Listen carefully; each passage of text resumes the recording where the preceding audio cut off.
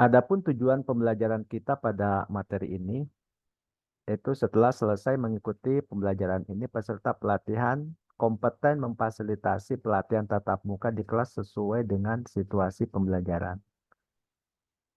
Oke, sebelum kita lanjut, mungkin saya bertanya kepada Bapak Ibu. Nah, di sini ada kata-kata kompeten. Nah, tadi ketika kita membuat tujuan, baik pada lesson plan ataupun season plan, ataupun pada indikator yang ada pada misalkan silabus, kemudian pada matrik pelatihan kerja atau matrik strategi pembelajaran. Nah, di sini ada kata-kata kompeten atau ada kata-kata mampu atau kata-kata dapat. Nah, ini bedanya apa nih Bapak Ibu ya? Ini kalau kompeten apa nih? Kalau dapat apa dapat? Mungkin bisa bantu jawab. Kemampuan ya. Tujuan. Ya. Nah, bedanya misalnya peserta pelatihan dapat memfasilitasi ya, atau dapat ya. Peserta pelatihan dapat atau peserta pelatihan mampu dan peserta pelatihan kompeten. Nah, ini menunjukkan indikator ya. Kalau dapat itu biasanya dilakukan untuk indikatornya ranah pengetahuan. Kalau mampu ranahnya keterampilan, kalau kompeten berarti memang ini sudah ranahnya ranah keterampilan ya, bukan hanya keterampilan, bahkan dari mulai pengetahuan, keterampilan dan sikap sudah terinclude di dalamnya. Dan biasanya kompeten ini menunjukkan ya untuk satu unit kompetensi ya, itu. Jadi kompeten pada satu unit kompetensi. Nah, selanjutnya dalam memfasilitasi pelatihan tentunya kita perlu memiliki hubungan kerja yang baik antara instruktur dengan peserta pelatihan. Nah, biasanya di awal kita melaksanakan namanya kontrak belajar. Nah, jadi kontrak belajar itu ada yang formal juga yang ada juga yang apa namanya non formal. Mungkin kalau yang formal eh, membuat apa namanya kesepakatan secara tertulis begitu kan ya ada hitam di atas putih. Kalau non formal mungkin disepakati ya secara musyawarah mufakat sebelum pelatihan dimulai antara peserta pelatihan dengan instruktur ataupun dengan fasilitator. Nanti hasilnya seperti apa ini akan dikembalikan gitu kan kepada ya masing-masing gitu kan Bapak Ibu semua. Nah, oke, selanjutnya Recording in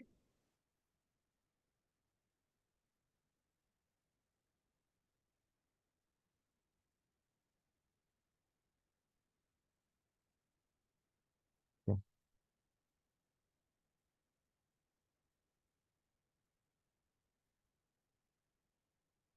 Nah, kita masuk ke elemen yang pertama ya. Dalam membangun ya, hubungan kerja yang baik antara instruktur dan pelatihan, nanti kita akan representasikan dalam kegiatan pelatihan, baik di kelas ya ataupun di ruang praktik.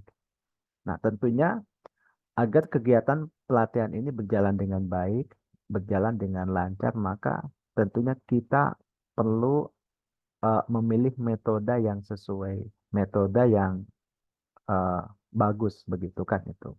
Metode yang sesuai seperti apa? Metode yang sesuai biasanya yang pertama kita lihat dulu siapa audiensnya. Maka nanti kita harus tahu audiensnya siapa. Biasanya kita meminta bantuan kepada penyelenggara untuk melakukan identifikasi terhadap audiens kita. Setelah kita menerima informasi tentang audiens kita, maka nanti kita menentukan strategi pembelajarannya. Nah, kalau materi jelas ya, itu tentunya kita tidak bisa ya menolak begitu kan. Nah, mungkin kita hanya menyesuaikan metode apa yang cocok untuk mereka. Nah, kemudian sudah memilih metode nanti memilih media apa yang cocok untuk mereka. Pemilihan yang salah tentang metode, nah apalagi media, nanti biasanya akan berdampak kepada kesuksesan pembelajaran. Dengan metode yang baik, nah harapannya semuanya akan berjalan lancar. Nah ini. mungkin kita akan berbeda ya memilih metode ketika kita menyampaikan materi orang-orang yang katakanlah milenial gitu kan, yang mungkin usianya di bawah 30 tahun dengan orang yang katakanlah 40 tahun ke atas kan. Nah, mungkin masih wajar gitu kan ketika orang-orang yang di bawah 30 tahun kan senangnya jingkrak-jingkrak dan lain sebagainya. Mungkin kan metode yang apa namanya membuat orang happy gitu kan itu. Nah, tapi kalau sudah mungkin ya usianya di atas 40 tahun, nah apakah itu cocok gitu kan ya untuk mereka? Nah, gitu. Ini juga kita apa namanya perlu eh, ya mempertimbangkan metode yang tepat. Sehingga metode yang baik nanti hasilnya akan baik begitu kan. Oke. Nah, ini sebelum dilanjutkan saya cek dulu nih suaranya. Ini mohon maaf ya. Mungkin lagi agak kurang baik nih Bapak Ibu. Mudah-mudahan kita bisa ya mungkin suara saya bisa dipertahankan sampai dengan eh, ya hari terakhir. Oke, kita akan lanjut ke selanjutnya. Nah, tadi ya disampaikan bahwa ya kita harus memahami audiens kita.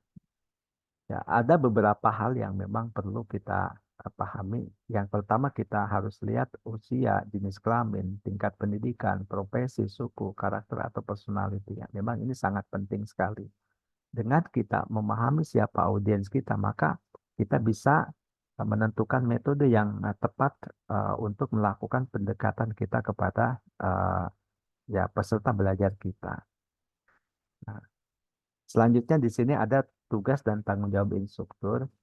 Nah, di antaranya melaksanakan dan mengawasi keselamatan kerja, menentukan isi dan rencana pelajaran, memilih dan mempersiapkan alat evaluasi, memilih metode mengajar, memilih mempersiapkan alat bantu mengajar, mempersiapkan kebutuhan praktik, menyampaikan pendahuluan materi, menyajikan isi materi, menerapkan isi materi, mengevaluasi hasil belajar peserta pelatihan. Nah, adapun peran instruktur diantaranya yang pertama memperhatikan dan bersikap positif. Yang kedua, mempersiapkan baik isi materi pelajaran maupun praktik pembelajaran. Kemudian memiliki ekspektasi yang tinggi terhadap peserta latih, memiliki sensitivitas dan sadar akan hubungan antara instruktur peserta serta tugas masing-masing, serta konsisten memberikan umpan balik positif kepada peserta latih. Nah, kemudian peran peserta pelatihan yang pertama bagaimana ya kita membuat tertarik pada topik yang sedang dibahas gitu kan. Artinya ya membuat peserta tertarik, dapat melihat relevansi topik yang sedang dibahas, merasa aman dalam lingkungan belajar, terlibat dalam mengambil keputusan belajarnya, memiliki motivasi, melibatkan hubungan antara pendekatan pembelajaran yang digunakan dengan pengalaman belajar yang akan dicapai. Nah, kita masuk ke elemen yang kedua yaitu bagaimana ya melihat ya nilai-nilai budaya yang berlaku di ya mungkin di tempat pelatihan. Nah, juga mungkin ya kita juga bisa melihat nilai-nilai budaya peserta pelatihan. Nah, di sini yang pertama mematuhi perintah instruktur dalam rangka proses belajar atau pembelajaran, mematuhi tata tertib yang diberlakukan selama proses pembelajaran, menanyakan materi pelatihan yang sedang dipelajari apabila dirasa belum dipahami, sehingga betul-betul materi tersebut dapat dipahami atau dikuasai, memberikan saran masukan kepada instruktur agar materi pelatihan dapat dipelajari dengan mudah, ikut menjaga, memelihara suasana kelas agar kondusif. Nah, ini sangat penting sekali eh, kita sampaikan atau kita komunikasikan dengan peserta kita supaya kegiatan pelatihan kita ini berjalan dengan lancar. Nah, kemudian kita akan melihat 6 model pembelajaran dalam mengelola nilai-nilai peserta pelatihan. Ini dari Arthur ya, bahwa pembelajaran yang tersajikan dalam nilai dan kualitas yang mendasar, nah ini merupakan ya salah satu eh, ya model gitu kan. Nah, kemudian yang kedua kode etik perilaku yang dimantapkan dan diperkuat. Bisa juga menyampaikan cerita dengan pelajaran moral, membuat model nilai dengan sikap peserta yang diinginkan, menyampaikan contoh moral dalam sejarah, kesusastraan, agama, dan memuji sikap atau perilaku yang baik, kemudian menyediakan di lembaga pelatihan suatu fasilitas untuk mempraktikkan nilai-nilai. Nah, jadi dari banyaknya model ini mungkin kita bisa ya mengambil beberapa model yang ada ataupun mungkin kita bisa juga mengambil ya model-model yang lain. Kita sesuaikan dengan peserta pelatihan kita. Nah, selanjutnya kita akan ini nanti bisa dibaca ya slide-nya. Saya hanya sampaikan garis besarnya saja. Nah, ini ada proses belajar mengajar. Nah, tadi bahwa eh, ketika kita melakukan proses belajar mengajar, nah, maka tentunya kita awali ya dari dokumen yang memang perlu kita persiapkan. Sebagai seorang instruktur, mungkin kita harus melihat dokumen yang pertama adalah kita harus tahu eh, kurikulumnya. Nah, kemudian ya kurikulum ini uh, bisa nanti dijabarkan juga dalam bentuk silabus. Adanya pada apa? Pada program pelatihan. Nah, kemudian kita akan ya ya sajikan bahwa program apa namanya materi pelatihan ini ya ya urutannya berdasarkan rencana pembelajaran yang sudah kita buat. Nah, kemarin kita sudah membuat lesson plan untuk satu unit kompetensi, kemudian juga kita sudah membuat session plan untuk satu sesi pelatihan atau satu sesi pertemuan. Nah, kemudian ya kita sebagai seorang instruktur bahwa kita harus memastikan apa yang kita rencanakan ini memang kita lakukan atau kita laksanakan.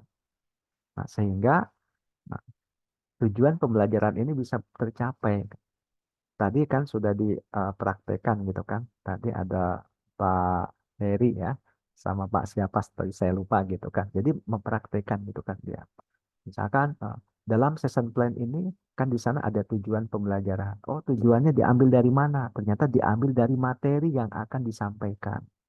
Nah, diambil dari materi yang akan disampaikan, kemudian itu nanti dibuatkan ya ya tujuan pembelajarannya. Maka kalau ditanyakan, jadi yang dimaksud dengan tujuan pembelajaran apa? Tujuan pembelajaran itu memuat ya isinya adalah apa yang akan didapatkan peserta pada saat pelatihan.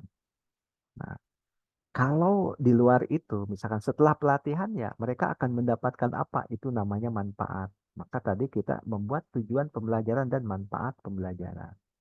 Nah, ketika kita sudah tahu tujuan pembelajarannya, maka kita ya harus lakukan gitu kan ya kegiatan pembelajaran sesuai dengan metode ya yang ada.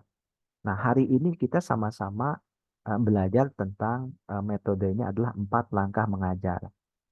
Nah, 4 langkah mengajar ya dari mulai langkah pendahuluan, kemudian langkah penyajian, langkah aplikasi dan langkah evaluasi.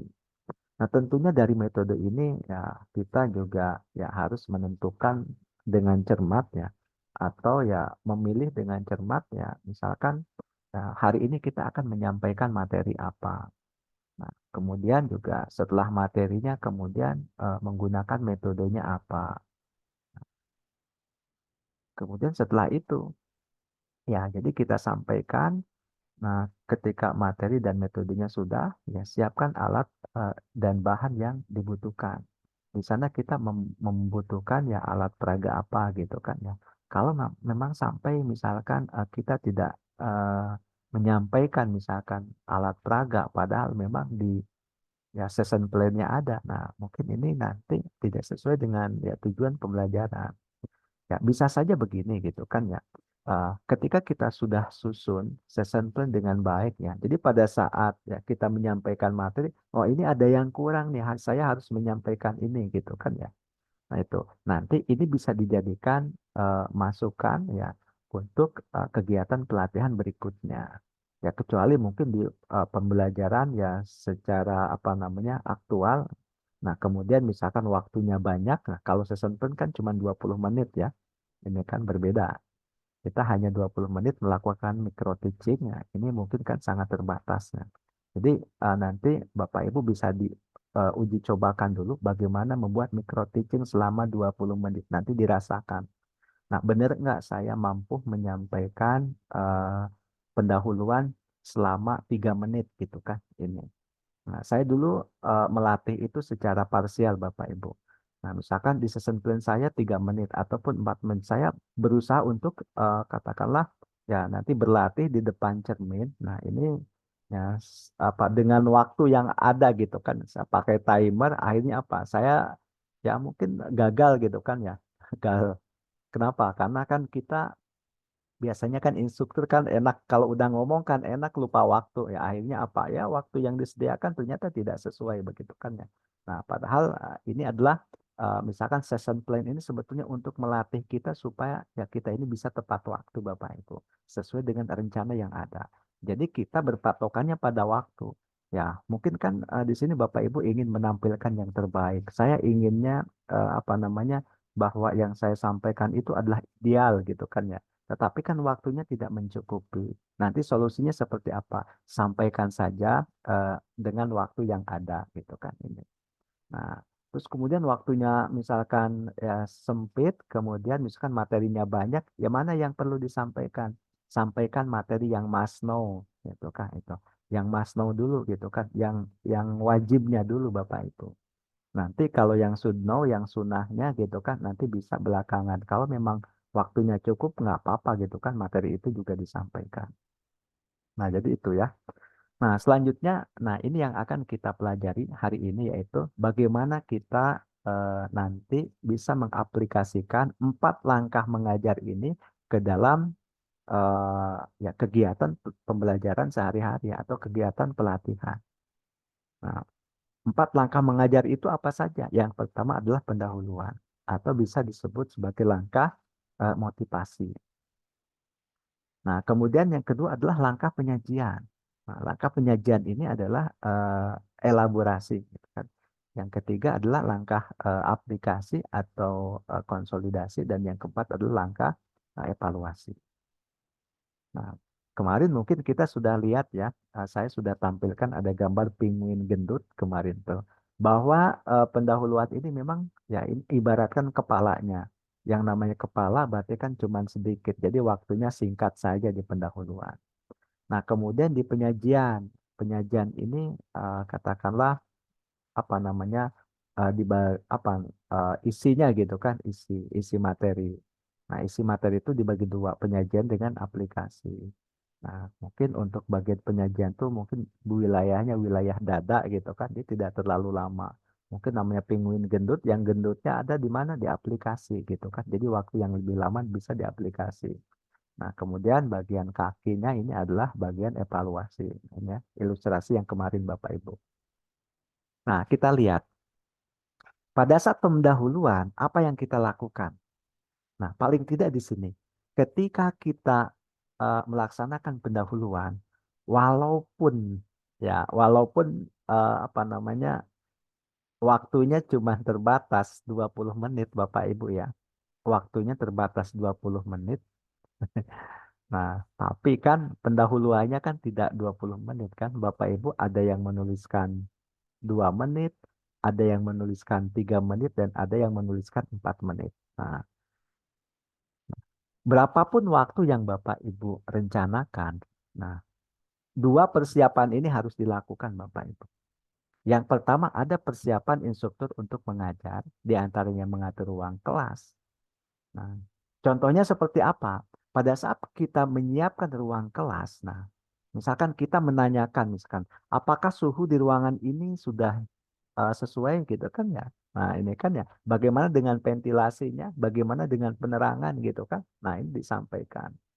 Nah, kemudian juga misalkan kalau memang ada bangku yang atau meja yang berserakat gitu kan, kita rapihkan. Alat dan bahan juga disiapkan. Alat bantu mengajar gitu kan, alat peraga kita siapkan. Sampai dengan kita untuk perangkat evaluasi yang akan digunakan juga kita siapkan. Nah, kemudian kita menyiapkan siswa atau menyiapkan peserta untuk menerima pembelajaran. Dengan cara apa? Kita ngecek kehadiran mereka. Kalau waktunya terbatas kan tidak mungkin disebutkan namanya satu-satu ya. Bisa saja dengan bahasanya begini. Di daftar hadir kita ini ada 20 peserta ya gitu kan. Ya, ini kita hitung nih. Ini kurang satu nih kemana gitu kan. Nah, bisa itu juga sudah dianggap sebagai pengecekan kehadiran. Nah, selanjutnya kita memperkenalkan judul pelatihan. Nah, ketika kita memperkenalkan judul, maka diucapkan itu kan ini kan. Nah, kalaupun mau ditulis juga boleh gitu kan ya. Kalaupun mau ditulis, ya, diucapkan dan ditulis. Tapi kalau mau disampaikan misalkan tertulis, ya sebelum diucapkan, ditulis dulu baru diucapkan. Nah, kemudian ya melakukan apersepsi. Nah, tadi sudah disebutkan ya. Jadi apersepsi ini ada dua macam. Yang pertama, yang dimaksud dengan apersepsi itu adalah bagaimana ya kita membawa mindset peserta ya ke dalam pelatihan ya gitu kan ya. Mungkin orang-orang kan belum siap untuk menerima pelatihan kita. Nah, anggap saja kita membuat sebuah logika sehingga nanti membawa mindset mereka sehingga mereka ini nanti bisa nyambung dengan judul pelatihan. Nah, begitu kan. Bisa dengan cara bertanya atau kita dengan menampilkan ilustrasi, kita bisa menampilkan gambar. Nah, ini. Ya, karena waktunya terbatas, mungkin yang lebih enak dengan cara bertanya, gitu kan ya. Misalkan saya akan apa namanya menjelaskan, misalkan materi cara membuka pintu. Nah, cara membuka pintu, gitu kan, materinya itu. Nah, kemudian misalkan saya menjelaskannya kepada siapa, gitu kan ya, kepada misalkan orang-orang yang belum tahu pintu kan, ini kan akan sulit kan, menjelaskan cara membuka pintu kepada orang-orang yang belum tahu pintu. Nah, mungkin saya harus sampaikan apa namanya ilustrasinya gitu kan ya. Jadi tidak dengan bertanya, mungkin saya dengan bisa menampilkan gambar gitu kan, atau mungkin video pendek yang di sananya di dalamnya ada ilustrasi, misalkan pintu dan memang bukan orang yang menggunakan pintu. Nah, ini misalkan ini buka tutup. Oh, oh itu ya. Nah, itu namanya pintu. Nah, gitu kan ya itu. Jadi kalau memang pintu itu misalkan di sebuah rumah biasanya ada pintu. Nah, ini bisa dibuka, bisa ditutup. Ya supaya apa gitu kan. Kalau ditutup nanti tidak ada misalkan angin yang masuk begitu kan ya, atau akan ya ya menentukan misalkan keamanan misalkan si pemilik rumah begitu kan. Misalkan kita terhindar dari binatang buas gitu kan ya, ataupun misalkan orang-orang yang berniat jahat dan lain sebagainya.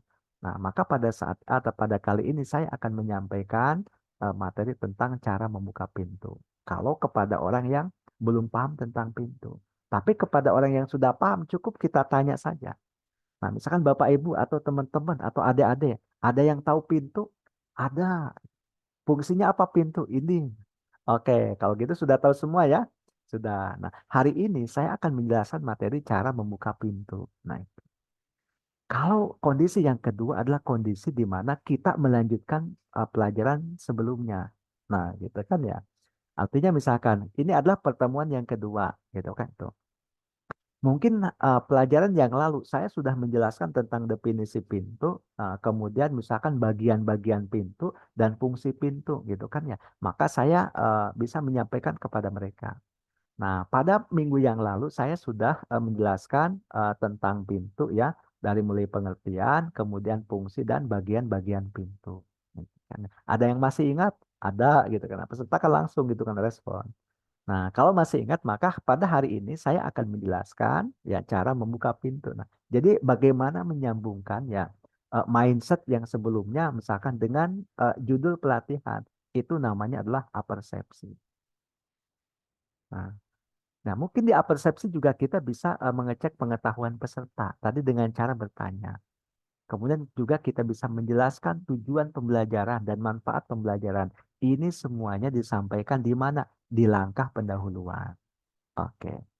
Baik nih, untuk pendahuluan kira-kira ini Bapak Ibu bisa dipahami. Oke. Walaupun waktunya singkat ya, misalkan ada yang merencanakan 3 menit gitu kan, ada yang 2 menit, ada yang misalkan 4 menit gitu kan. Nah, tapi ini wajib disampaikan. Nah, selanjutnya, nah yang kedua adalah langkah penyajian. Nah, pada saat penyajian materi, jadi ada beberapa hal yang dilakukan begitu kan. Yang pertama kita bisa dengan cara menerangkan atau menjelaskan atau menceritakan. Nah, kalau menerangkan, ya, ini kan metodenya ceramah gitu kan. Menerangkan atau menjelaskan kita bisa menggunakan metode ceramah, bisa juga gitu kan ya mungkin ya menceritakan gitu kan dengan metodenya adalah ceramah. Nah, berbeda dengan misalkan nanti melukiskan, menggambarkan, nah, gitu kan. Nah, ya kita berarti ya perlu alat bantu ya. Ini ini kalau demikian bisa menggunakan metodenya ceramah bergambar atau menggunakan metode presentasi. Nah, itu. Nah, ketika kita menerangkan, maka kita harus jelaskan secara perlahan. Nah, jadi jangan cepat-cepat, namanya kan menerangkan gitu kan. Jadi bukan jadinya terang gitu kan. Akhirnya ini bikin pusing peserta ini kan. Jadi bagaimana kan kita memberikan pencerahan terhadap mereka yang tadinya tidak tahu menjadi tahu. Namanya ini kan menerangkan. Gunakan bahasa-bahasa yang sederhana, Bapak Ibu. Ya, jangan gunakan bahasa yang sulit dipahami. Ya, misalkan kita inginnya terlihat bahwa kita ini sebagai apa namanya intelek gitu kan, ya kan? Nah, ini kita menggunakan istilah-istilah yang sulit dipahami. Nah, karena memang tujuan pelatihan kita ini kan misalkan bagaimana caranya peserta memahami ya, bagaimana caranya peserta ini tahu gitu kan apa yang kita sampaikan, mengerti apa yang kita sampaikan. Nah, itu. Ya kecuali kita apa namanya menjelaskan tentang istilah-istilah nggak apa-apa. Misalkan kita jelaskan tentang istilah-istilah ilmiah. Ada istilah ini, nah kita bedah, kita kupas gitu kan. Maksudnya apa? Nah itu ya berbeda begitu kan. Nah kemudian diusahakan ya ketika kita menjelaskan ini runut ya. Jadi apa namanya teratur gitu kan ya. Nah, ya mungkin kalau ya saya gitu kan ini apa namanya tersusun ya, berarti ada urutannya dan misalkan pembukaan gitu atau pendahuluan, isi, kemudian sampai dengan ke penutup. Nah, ini jelas langkah-langkahnya. Nah, kemudian yang kedua adalah melukiskan atau menggambarkan. Ketika kita melukiskan, menggambarkan dan memang misalkan nanti ditampilkan gambarnya. Nah, paling tidak bahwa gambar yang kita tampilkan ini harus terlihat jelas ke paling belakang. Nah, kalau slide-nya ditampilkan, misalkan ini ada slide, misalkan kalau ada huruf atau ada tulisan, pastikan bahwa hurufnya juga bisa terlihat ke paling belakang, bisa dibaca. Nah, jadi sebelum kita menyampaikan di langkah persiapan, kita juga perlu mengetes dulu gitu kan. Nah, kita tampilkan slide, nah kemudian kita cek ya, apakah slide ini sudah bisa dilihat dengan baik? Nah, gitu kan ya. Kalau memang sudah bisa dilihat, nah apakah bisa dibaca? Nah, kita tes, bisa gitu kan. Itu dilakukan pada saat langkah persiapan. Nah, ini kan. Kemudian yang ketiga adalah mendemonstrasikan. Nah, tadi ada ini ya. Kalau misalkan saya praktek nih, instrukturnya praktek. Nah, itu namanya apa? Namanya demonstrasi. Tapi kalau siswanya praktek, metodenya adalah praktek ya. Nah, gitu kan ya. Kalau misalkan demonstrasi adanya di langkah apa? Di langkah penyajian atau langkah aplikasi. Nah, ini kan mungkin ada yang bingung bahwa demonstrasi ini adanya di langkah penyajian. Mungkin bagi kita bahwa demonstrasi ini praktek, tapi bagi siswa, demonstrasi ini bagi mereka adalah pengetahuan. Kan. Mereka melihat langsung ini akan dijadikan pengetahuan oleh mereka gitu kan. Nah, iya. Nah, selanjutnya adalah metode bertanya. Nah, ketika bertanya, maka kita berikan kesempatan kepada peserta pelatihan ini ya bagaimana mereka menanyakan dengan apa namanya ya materi-materi yang kita sampaikan. Paling tidak beri kesempatan mereka bertanya. Atau minimal ya sebelum kita masuk ya lanjut ke materi berikutnya atau ke slide berikutnya kita berikan kesempatan bertanya kepada peserta. Nah, sampai sini misalkan Bapak Ibu ada yang ditanyakan atau mungkin ya sampai sini ada yang mau dikomentari gitu kan ya. Atau kalau memang waktunya banyak misalkan ya, kalau tidak ada yang bertanya maka saya yang bertanya gitu kan. Nah, maka di sana kita memberikan apa?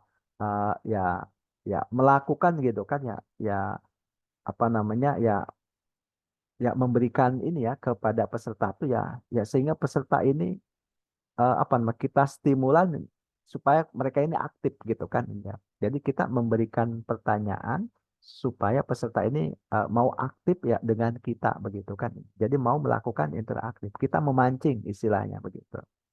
Nah, nah selanjutnya adalah memberi solusi. Nah, kemudian mendengarkan ya menjawab memberi solusinya. Jadi ketika bertanya pesertanya maka ya, kita sebagai instruktur harus menjadi pendengar yang baik begitu kan. Nah, kemudian ya jangan lupa sebelum kita menjawab, sebaiknya kita lakukan parafrase. Artinya apa? Kita misalkan gini, ada yang menanyakan tentang misalkan, Pak, saya mau bertanya tentang misalkan jenis-jenis pintu gitu kan ini. Atau misalkan saya mau bertanya cara membuka pintu. Nah, gitu kan ya. Itu. Nah, kemudian saya ulang kembali. Baik deh, tadi pertanyaannya ini ya, cara membuka pintu ya. Oh iya gitu. Nah, kalau memang apa yang ditanyakan, kemudian dengan persepsi kita sudah sama, baru kita sampaikan jawabannya. Nah, terakhir adalah langkah penyajian materi ini kita tutup dengan kesimpulan.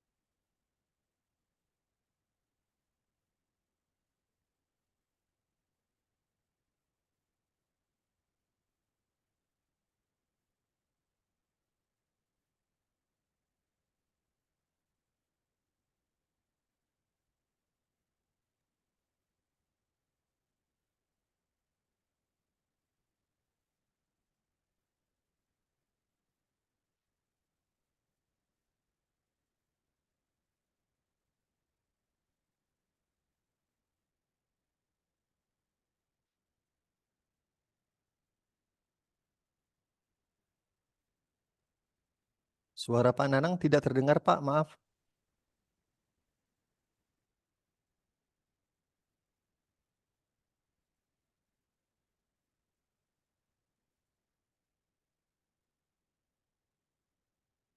Bentar ya.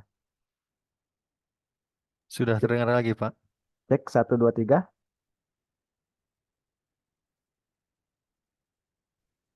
Sudah terdengar lagi, Pak. Makasih. Oke, oke.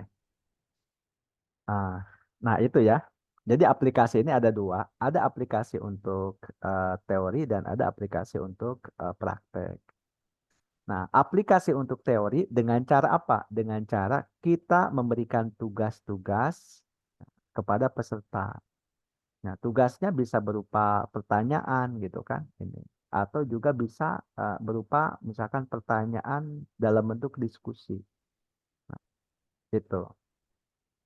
Bisa menanyakan langsung ya kepada peserta. Kalau pertanyaan langsung kan langsung dijawab oleh peserta. Tapi kalaupun diskusi maka kita harus membuat alat bantu namanya adalah lembar diskusi. Jadi ada instrumen baru ya namanya adalah lembar lembar diskusi. Nah itu. Nah kemudian kalau pertanyaan langsung, nah nanti kan tentunya kita terjadi dengan metodenya tanya jawab. Kita bertanya kepada peserta pelatihan. Nah, ketika kita bertanya Apa bang? kepada Oh, peserta pelatihan pada langkah aplikasi. Nah, ini berbeda dengan metode tanya jawab pada langkah penyajian materi. Nah, ini kan beda. Kalau di sini adalah bukan kita memberikan kesempatan bertanya kepada peserta, tetapi ya kita bertanya kepada peserta. Tujuannya apa? Tujuan di langkah aplikasi ya untuk aplikasi teori terutama gitu kan atau untuk aplikasi ranah pengetahuan adalah untuk memastikan apakah yang kita sampaikan ini bisa diserap atau bisa diterima oleh peserta atau tidak. Sebetulnya kita mengecek siapa? Mengecek kita, mengecek kita sebagai seorang instruktur. Apakah metode yang kita sampaikan ini tepat atau tidak? Jangan-jangan misalkan ketika kita bertanya kepada peserta, ternyata tidak ada satu orang peserta pun yang apa namanya yang bisa menjawab. Wah, kalau gitu jangan-jangan misalkan saya salah menyampaikan. Saya salah metode, metodenya kurang tepat. Atau bahasa yang saya sampaikan ini kurang mengena kepada peserta gitu kan ya. Nah mungkin itu. Jadi bisa saja mungkin kita yang salah. Atau yang kedua, bisa juga mungkin kesalahan ada pada peserta. Nah bisa juga terjadi yang ketiga, mungkin sama-sama ya Ya kurang tepat gitu kan. Ya instrukturnya salah, pesertanya juga salah. Nah gitu. Berarti ini adalah kesalahan metode. Nah, yang kedua, instruktur membetulkan jawaban ketika peserta menjawab misalkan salah. Nah, apa yang harus kita lakukan? Ya, kita harus ya membetulkan jawaban peserta yang keliru tentunya. Tetapi jangan sampai memojokkan. Kalau sampai memojokkan peserta, misalkan apalagi kita menjatuhkan, nah gitu, ini akan mendownkan psikologi peserta. Nah gitu kan ya. Wah ini Anda salah, Anda keliru. Nah jangan gitu. Nah, nah, yang harus dilakukan apa? Jawabannya bagus, ya. Bagus sekali jawabannya ya gitu kan. Walaupun salah gitu kan. Terima kasih jawabannya keren sekali gitu kan ya. Jawaban keren ini belum tentu benar Bapak Ibu kan. Nah, kan kita menyebutnya keren, menyebutnya bagus, belum belum benar gitu kan jawabannya itu. Nah, nanti ya baru kita apa namanya? Baru kita betulkan jawabannya.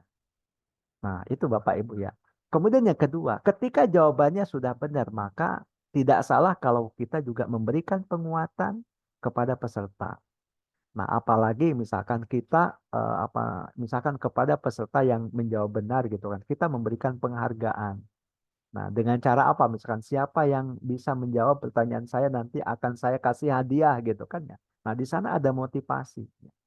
Ada motivasi sehingga apa? Sehingga nanti memunculkan persaingan yang sehat. Nah, ini Bapak Ibu ya. Nah, kemudian bila perlu dan waktunya masih ada, maka kita jelaskan kembali. Nah, ini kan. Dan mungkin sebelum kita tutup di langkah aplikasi, bahwa kita juga harus memastikan bahwa ya peserta sudah memahami. Bagaimana kalau memang ada yang belum paham, ya tidak apa-apa dan tidak perlu diulang. Kalau memang misalkan, apalagi waktunya misalkan terbatas ya, kita misalkan ke micro teaching gitu. Nah, selanjutnya adalah aplikasi untuk keterampilan. Kalau di keterampilan simpel saja.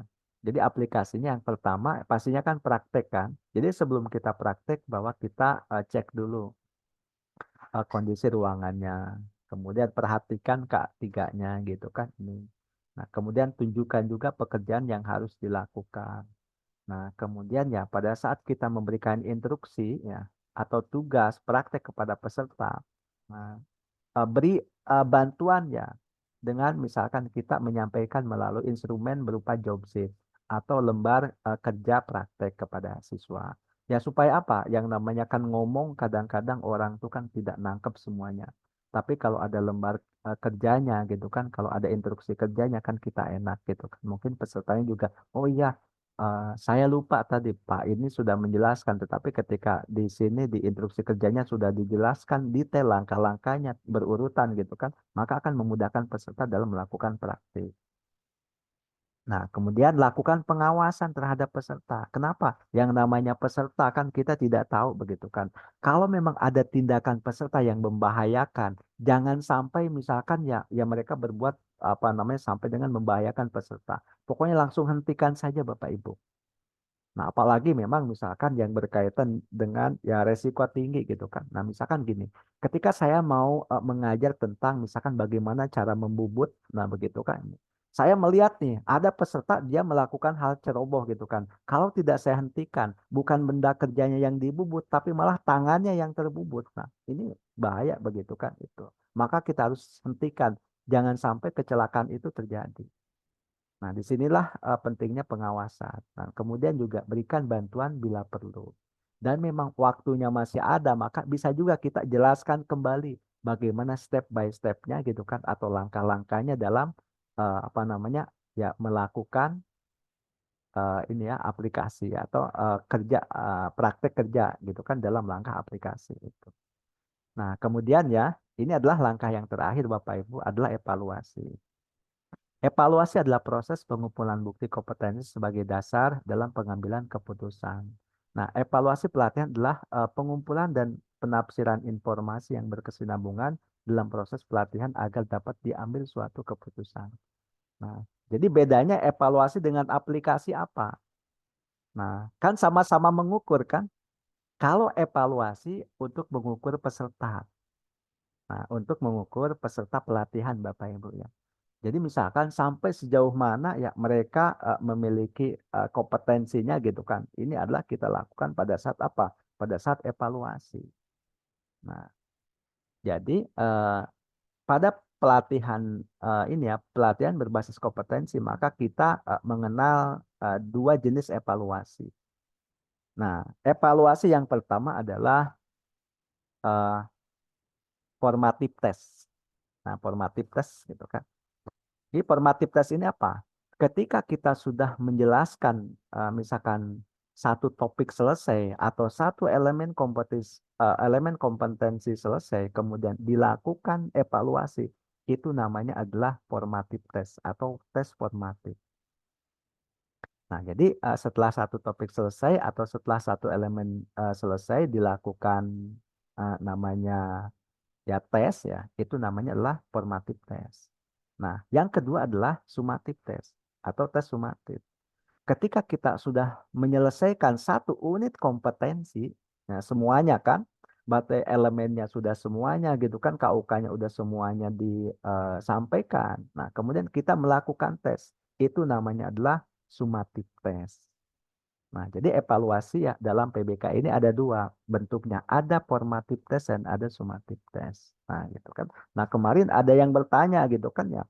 Nah, ini kita mau mengadakan pretest dan posttest. Jadi yang namanya PBK itu peserta tuh ya dianggap sama gitu kan. Pokoknya ya mau dia yang apa namanya keterampilannya di nol atau keterampilannya di 99, pokoknya materinya diberikan dari nol sampai dengan 100%. Dan ketika peserta itu dinyatakan kompeten, maka dia harus mendapatkan ya nilainya adalah 100 gitu kan itu. Nah, itu kalau memang dinyatakan kompeten. Nah, begitu Bapak Ibu semua.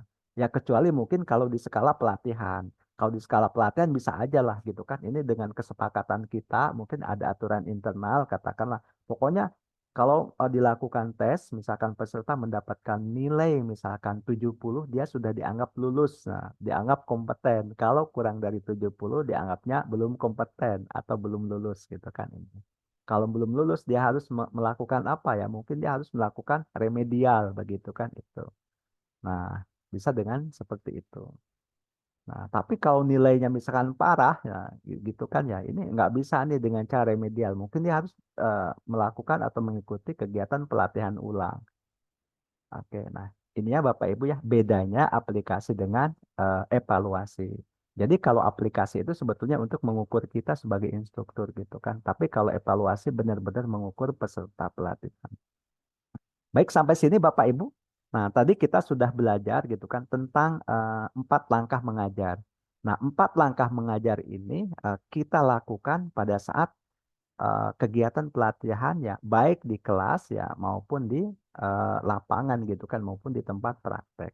Nah, jadi metodenya ini 4 langkah mengajar. Kami yakin Bapak Ibu sudah melakukan metode ini, kami yakin gitu kan. Apalagi yang sudah terbiasa mengajar, mungkin yang belum apa namanya, yang belum terbiasa itu dengan istilahnya saja. Oh, ternyata saya melakukan ini adanya di langkah ini ya. Nah, gitu. Saya dulu juga sama Bapak Ibu. Nah, memang dulu saya tidak tahu gitu kan tentang PBK ya, pelatihan berbasis kompetensi. Saya awal belajar pelatihan berbasis kompetensi ini kan tahun 2017 gitu kan. Ini awal tahunnya bagaimana PBK itu. Padahal gitu kan ya, tahun-tahun sebelumnya saya juga sudah melakukan ya, sudah jadi trainer gitu kan, sudah jadi instruktur gitu kan ya. Sudah apa namanya? Ya melakukan ini. Cuman kan tidak tahu langkahnya apa gitu kan ya. Bahkan mungkin ya langkahnya ada yang kebalik-kebalik gitu kan. Iya, bahkan tapi sekarang ya paling tidak ya, setelah kita tahu pakemnya paling tidak ya kita urutannya kita paham. Nah, ini akan lebih terstruktur Bapak Ibu semua. Oke, baik, sampai sini Bapak Ibu silakan jika ada yang ingin didiskusikan. Oke, sudah aman ya? Baik, kalau gitu saya akan melanjutkan ke langkah berikutnya ya. Ya, nah di sini ya. Ini ada jenis-jenis penilaian atau asesmen. Nah, jadi ada penilaian untuk pengetahuan dan ada untuk menilai praktik. Tadi ya, waktu pagi kan kita melengkapi ya tentang metode penilaian di matriks strategi pembelajaran. Nah, jadi untuk penilaian praktik dengan cara apa? Untuk penilaian misalnya pengetahuan apa? Misalnya pengetahuan dengan cara tes tulis. Bisa juga tes lisan atau wawancara. Kalau praktik bisa dengan simulasi atau observasi, begitu kan. Nah, kemudian, nah ini ada perbedaan ya antara pengajaran mikro dan makro. Nah, Bapak Ibu ya, kita tadi ya sama-sama membuat apa namanya, membuat perangkat pembelajaran ya, namanya adalah rencana sesi untuk satu sesi pelatihan atau satu sesi pembelajaran. Nah, kita sama-sama sepakati waktunya 20 menit itu namanya adalah mikro gitu kan, pembelajaran mikro atau mikro teaching. Kalau makro teaching memang waktunya agak lama gitu kan itu. Kalau mikro teaching kan materi pelatihannya kan terbatas. Nah, gini kan. Nah, bahwa kita tadi hanya memilih satu saja gitu kan pengetahuannya saja. Boleh nggak kalau memang saya memilihnya praktik? Kalau memang memungkinkan itu tidak apa namanya ya itu boleh Bapak Ibu ya. Tidak dilarang artinya. Tapi kalau memang waktunya tidak memungkinkan, kita cukup ambil materinya pengetahuan saja. Nah, ini bedanya gitu kan. Nah, kemudian banyaknya peserta juga beda gitu kan. Nah, 30 sampai dengan 40 orang mungkin untuk makro, mikro 5 sampai dengan 10 orang. Nah, ini Bapak Ibu ya.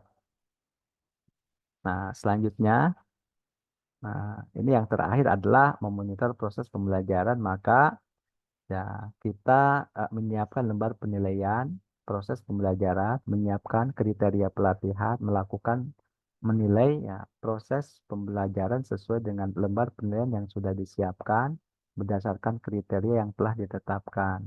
Menghitung hasil penilaian, mengidentifikasi item mana yang nilainya masih kurang, menyimpulkan hasil penilaian. Nah, ini sebetulnya ada unit khusus ya tentang masalah penilaian ini. Nanti kita akan sama-sama pelajari besok, Bapak Ibu, di hari yang kelima. Oke, kita lanjutkan dulu ya. Nah, ini. Nah, tadi Bapak Ibu ya. Nah, nanti Bapak Ibu akan melakukan micro teaching masing-masing ya. Nah, ini akan melakukan micro teaching Bapak Ibu. Nah, pada saat Bapak Ibu melakukan micro teaching, nah, jadi yang pertama ini bahwa ada langkah persiapan. Nah, langkah persiapan itu apa? Buktinya kita membuat rencana pembelajaran, session plan. Di sana ada tujuan pembelajarannya, ada alat peraganya, ada metodenya, ada 4 langkah mengajar. Ini semuanya tercermin dalam session plan.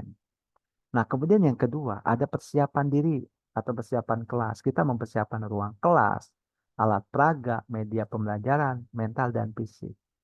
Nah, persiapan ruangan apa tadi ya? Misalkan ketika memang melihat ada sampah berserakan, kita rapikan, kita simpan di tempat sampah gitu kan. Kemudian kita menanyakan ventilasi atau menanyakan pencahayaan gitu kan, menanyakan suhu itu masuk ke persiapan ruangan. Kalau alat peraga, alat yang akan diperagakan pada saat penyampaian materi. Nah, media pembelajaran sama alat bantunya begitu kan. Kalau alat peraga ya mungkin tadi gitu kan ya. Misalkan tadi Pak siapa ya Pak Prasetyo gitu kan mau apa namanya menunjukkan ya tentang spesimen gitu kan. Nah, jadi spesimen ini adalah alat peraganya gitu kan itu. Nah, berbeda gitu kan dengan cara katakanlah kita menggunakan media. Ya udah cukup saya menggunakan PPT saja, nanti spesimennya cukup dipoto, kemudian ditempelkan di mana di PowerPoint-nya. Ini sudah cukup. Jadi alat peraganya tidak perlu dibawa. Tapi kalau memungkinkan dibawa itu kan lebih bagus. Persiapan mental dan fisik apa? Seperti kita berdoa dulu ya sebelum apa namanya ya pembelajaran atau mungkin biasanya kan ada yel-yel dulu gitu kan ya. Nah, biasanya apa? Mungkin biasanya di pelatihan kita kan ada nih misalkan ya pada peserta tuh, oke kita tes dulu semangatnya ya. Semangat pagi gitu kan ya. Iya, bahkan sampai ada jingkrak-jingkrak dan lain sebagainya. Ini adalah merupakan persiapan mental dan fisik Bapak Ibu. Nah, kemudian selanjutnya adalah langkah pendahuluan tadi kan menyiapkan peserta, absensi, safety induction, apersepsi, memperkenalkan judul, menerangkan manfaat pelajaran, roadmap pelatihan ada di langkah pendahuluan. Penyajian seperti apa? Ini kan bahwa yang disajikannya harus sesuai dengan persiapan, harus berurutan, sistematika juga harus jelas. Nah, itu ya.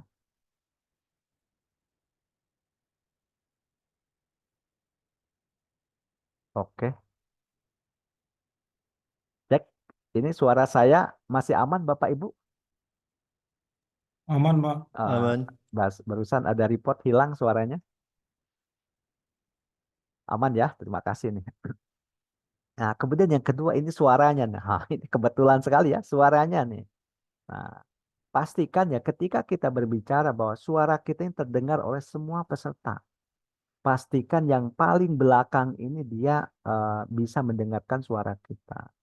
Nah, kemudian pandangan mata juga ya. Ya mungkin sebelum kita ini Kak, kita bagaimana mata kita ini menyapu kepada seluruh kelas gitu kan ya. Mungkin dalam ini kita bagaimana menyapu kan ada tekniknya gitu kan. Kita mungkin melihat gitu kan ya.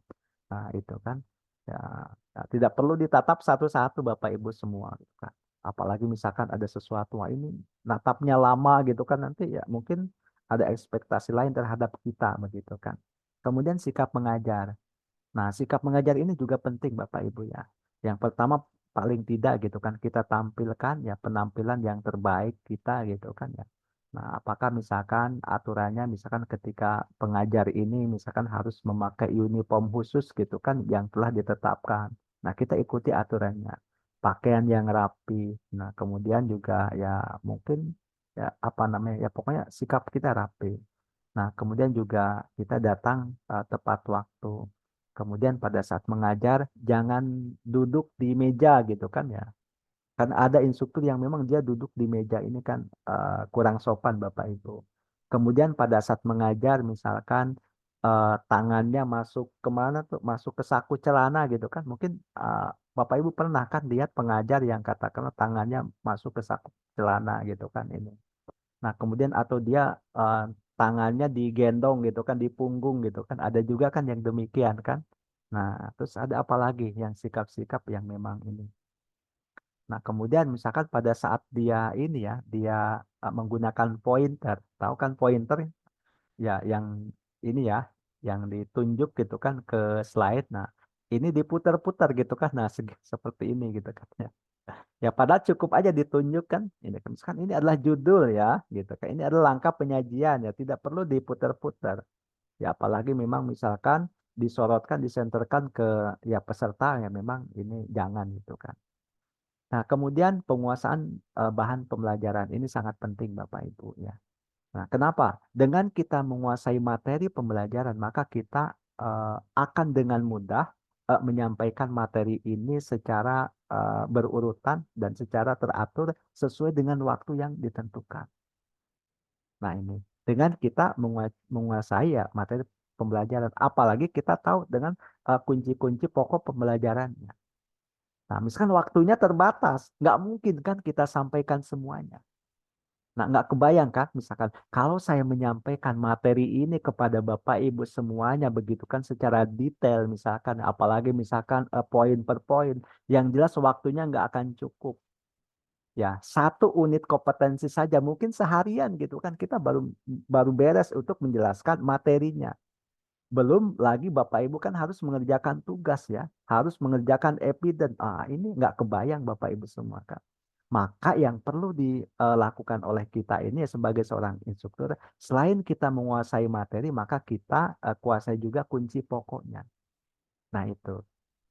Ya mungkin Bapak Ibu sering mendengar gitu kan apa yang saya sampaikan ini berulang-ulang. Sehingga apa? Sehingga Bapak Ibu paham dan Bapak Ibu bosan. Nah gitu kan. Nah itu namanya berarti ya saya sedang menyampaikan kunci-kunci pokok yang ada dalam pelatihan metodologi ini.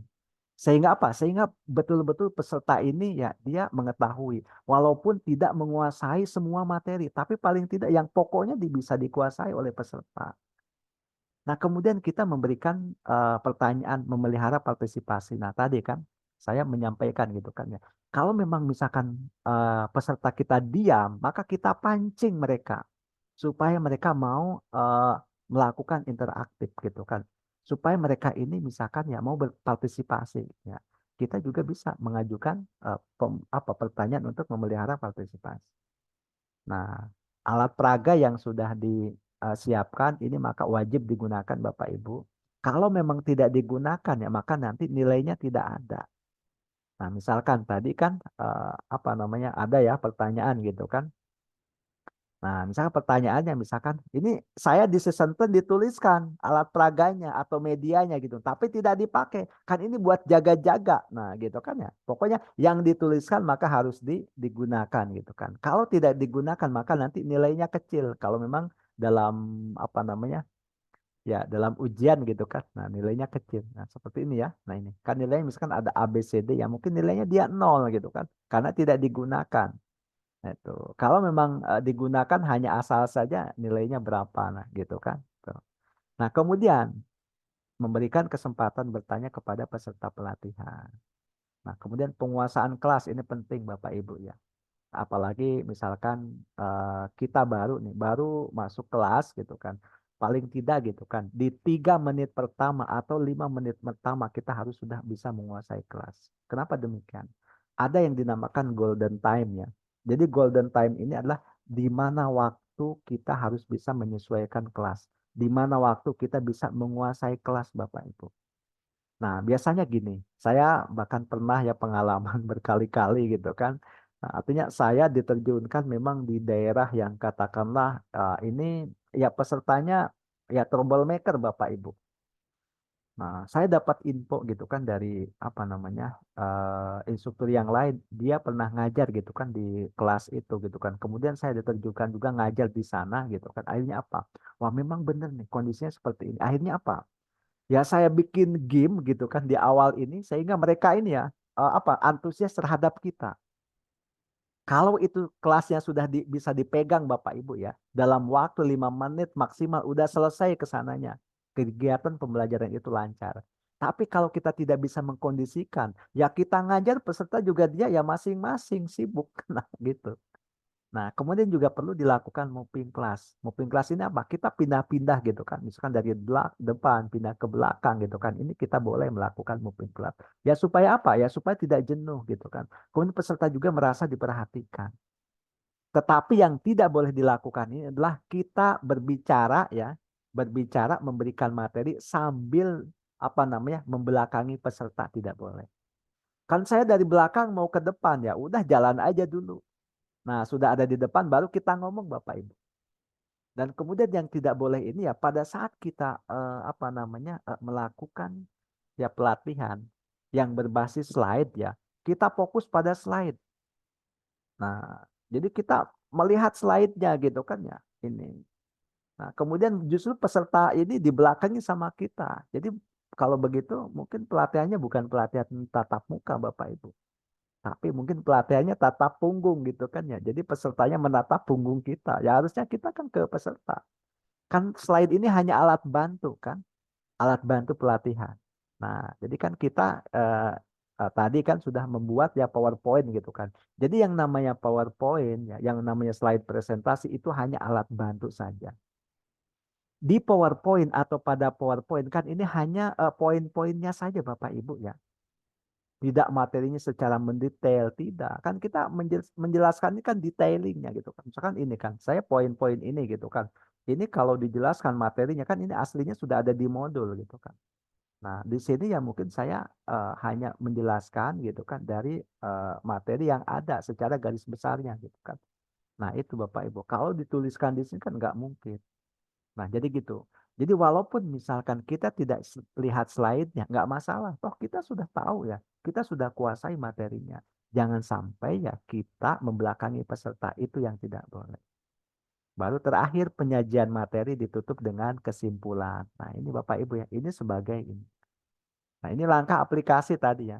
Jadi ada pemberian tugas sesuai dengan persiapan, kemudian ada pertanyaan, prosedur pertanyaan. Nah, pada saat kita memberikan pertanyaan kepada peserta pelatihan dalam langkah aplikasi, tidak boleh menunjuk nama, tidak boleh menyebut nama. Misalkan, Pak Heri, tolong dijawab ya. Pak Prasetyo, tolong dijawab. Ya, jangan.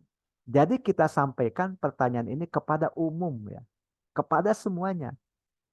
Kalau memang misalkan sudah 2 atau 3 kali pertanyaan tidak ada yang menjawab, baru kita meminta bantuan seseorang untuk menjawab. Tidak masalah di sana kita menyebut nama. Kenapa? Karena memang sudah ada persiapan. Mungkin dia masih malu-malu untuk menjawab pertanyaan kita. Padahal dia tahu jawabannya.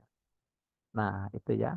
Kemudian dalam pembetulan jawaban juga begitu. Kita tidak boleh ya, kalau memang ada jawaban yang salah tadi kan, langsung kita menyalahkan, memojokkan peserta, sehingga peserta ini down. Yang paling baik apa? Kita berikan apresiasi, bagus jawabannya gitu kan, keren sekali jawabannya. Nah ini. Nah mungkin udah gitu, apa yang kita lakukan? Nah, kita tidak perlu langsung menjawab. Berikan kesempatan kepada peserta lain untuk menjawab. Barangkali silakan, adakah yang ingin apa namanya menjawab ataupun yang memiliki pendapat berbeda dari jawaban saudara A gitu kan? Adakah yang lain gitu kan? Yang memiliki pendapat berbeda daripada saudara A dan B gitu kan? Atau ada yang ingin menguatkan daripada misalkan jawaban-jawaban yang sudah ada. Nah, itu ya. Nah, tadi kan berikan persaingan sehat itu seperti apa? Tadi memberikan motivasi, hadiah gitu kan. Nah, kemudian pengecekan apakah telah dipahami oleh semua peserta pelatihan. Ini penting. Nah, bagaimana kalau ada yang belum? Tidak perlu diulas kembali Bapak Ibu ya. Apalagi waktunya terbatas. Nah, langkah yang keempat adalah evaluasi. Ya, di sini dengan memberikan ya materi tes ya. Tesnya mungkin kita tes tertulis, tapi kalau waktunya panjang gitu kan, yang praktek ya kita bisa juga dengan tes praktek. Kita menyampaikan syarat tesnya pada saat kita mau melakukan tes ya, sampaikan instruksi yang jelas. Nah, kemudian juga waktu juga harus jelas disampaikan. Nah, kemudian nanti juga ketepatan waktunya juga ini menjadi sebagai bahan pertimbangan. Jangan lupa gitu kan berikan juga tugas tambahan dan lakukan pemberesan kelas. Nah, ini Bapak Ibu semua. Oke. Baik, sampai sini Bapak Ibu ada yang ingin ditanyakan? Kita sudah. Nah, ini adalah langkah ini ya, membahas kembali tadi yang sudah apa namanya dijelaskan di depan tentang 4 langkah mengajar. Oke. Ya, kalau tidak ada gitu kan. Nah, kita langsung ke input ya. Apa ya output? Apa output kita gitu kan Bapak Ibu semua. Nah, jadi kita masuk ke sini. Oke. Tadi bermasalah ya. Mudah-mudahan bisa dibuka sekarang.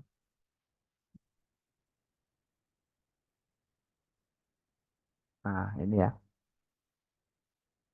Kita di sini berarti di mana? Nah, ini melaksanakan PBK ya. Nah, di sini. Jadi ini diselesaikan Bapak Ibu yang hari ini. Nah, kemudian ya tugas untuk ini apa gitu kan ya. Tugas untuk pertemuan ini gitu kan. Sebetulnya kalau dilihat di sini, nah kita lihat ya. Face to face ya. Face to face mana ini. Nah, jadi kita ada slide presentasi, daftar hadir peserta, dan kita membuat video micro teaching Bapak Ibu ya. Video micro teaching kita buat. Nah ini, Bapak Ibu, apakah nanti memungkinkan atau tidak gitu kan ya ini. Ya memang harapannya dari kami adalah Bapak Ibu membuat video micro teaching di sini ya. Mungkin Bapak Ibu kalaupun perlu contoh, saya ada ya. Ada video micro teaching yang katakanlah nanti 20 menit ya. Nanti apakah bisa diakses atau tidak, saya coba.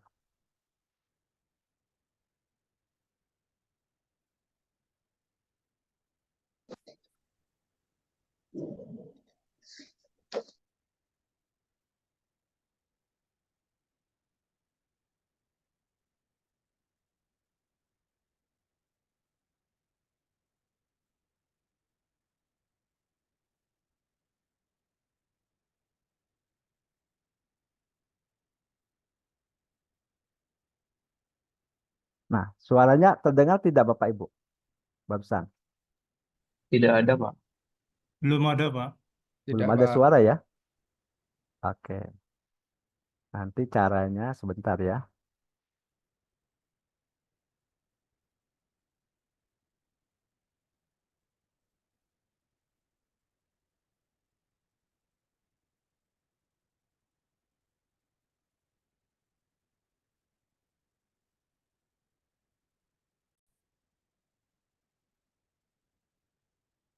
Kita coba tes sekali lagi.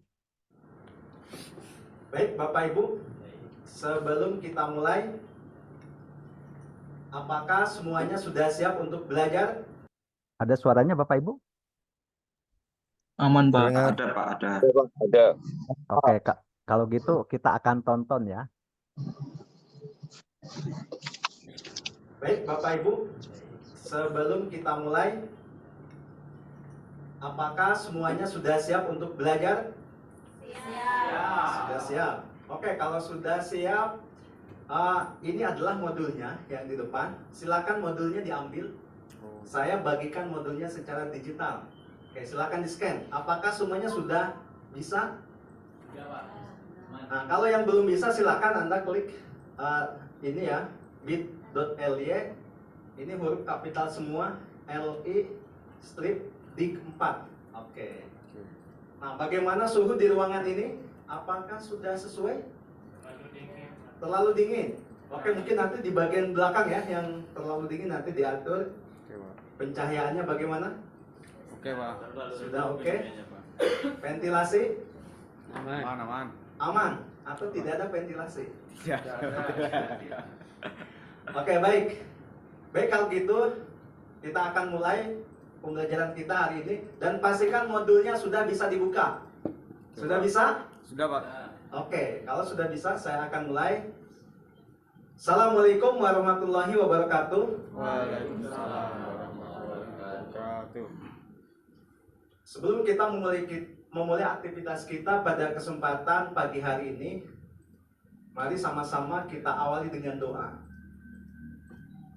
Berdoa, mulai.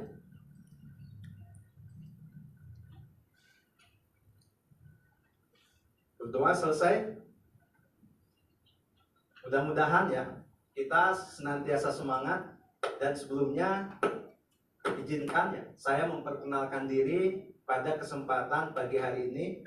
Ya, kebetulan yang membawakan materi pada hari ini harusnya adalah Pak Romadani. Kebetulan beliau berhalangan hadir dan digantikan oleh saya. Maka izinkan memperkenalkan diri. Nama saya Nanang Abdurrahman. Saya adalah salah satu instruktur yang menggantikan Pak Dani.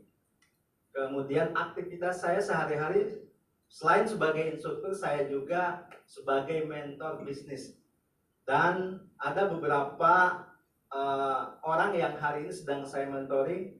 Mungkin nanti jika Bapak Ibu berminat untuk mengikuti kegiatan mentoring saya, kebetulan saya sedang mementoring para pelaku usaha pemula untuk memasarkan produk secara online menggunakan media sosial. Jika Bapak Ibu berminat, silakan hubungi langsung ke lembaga.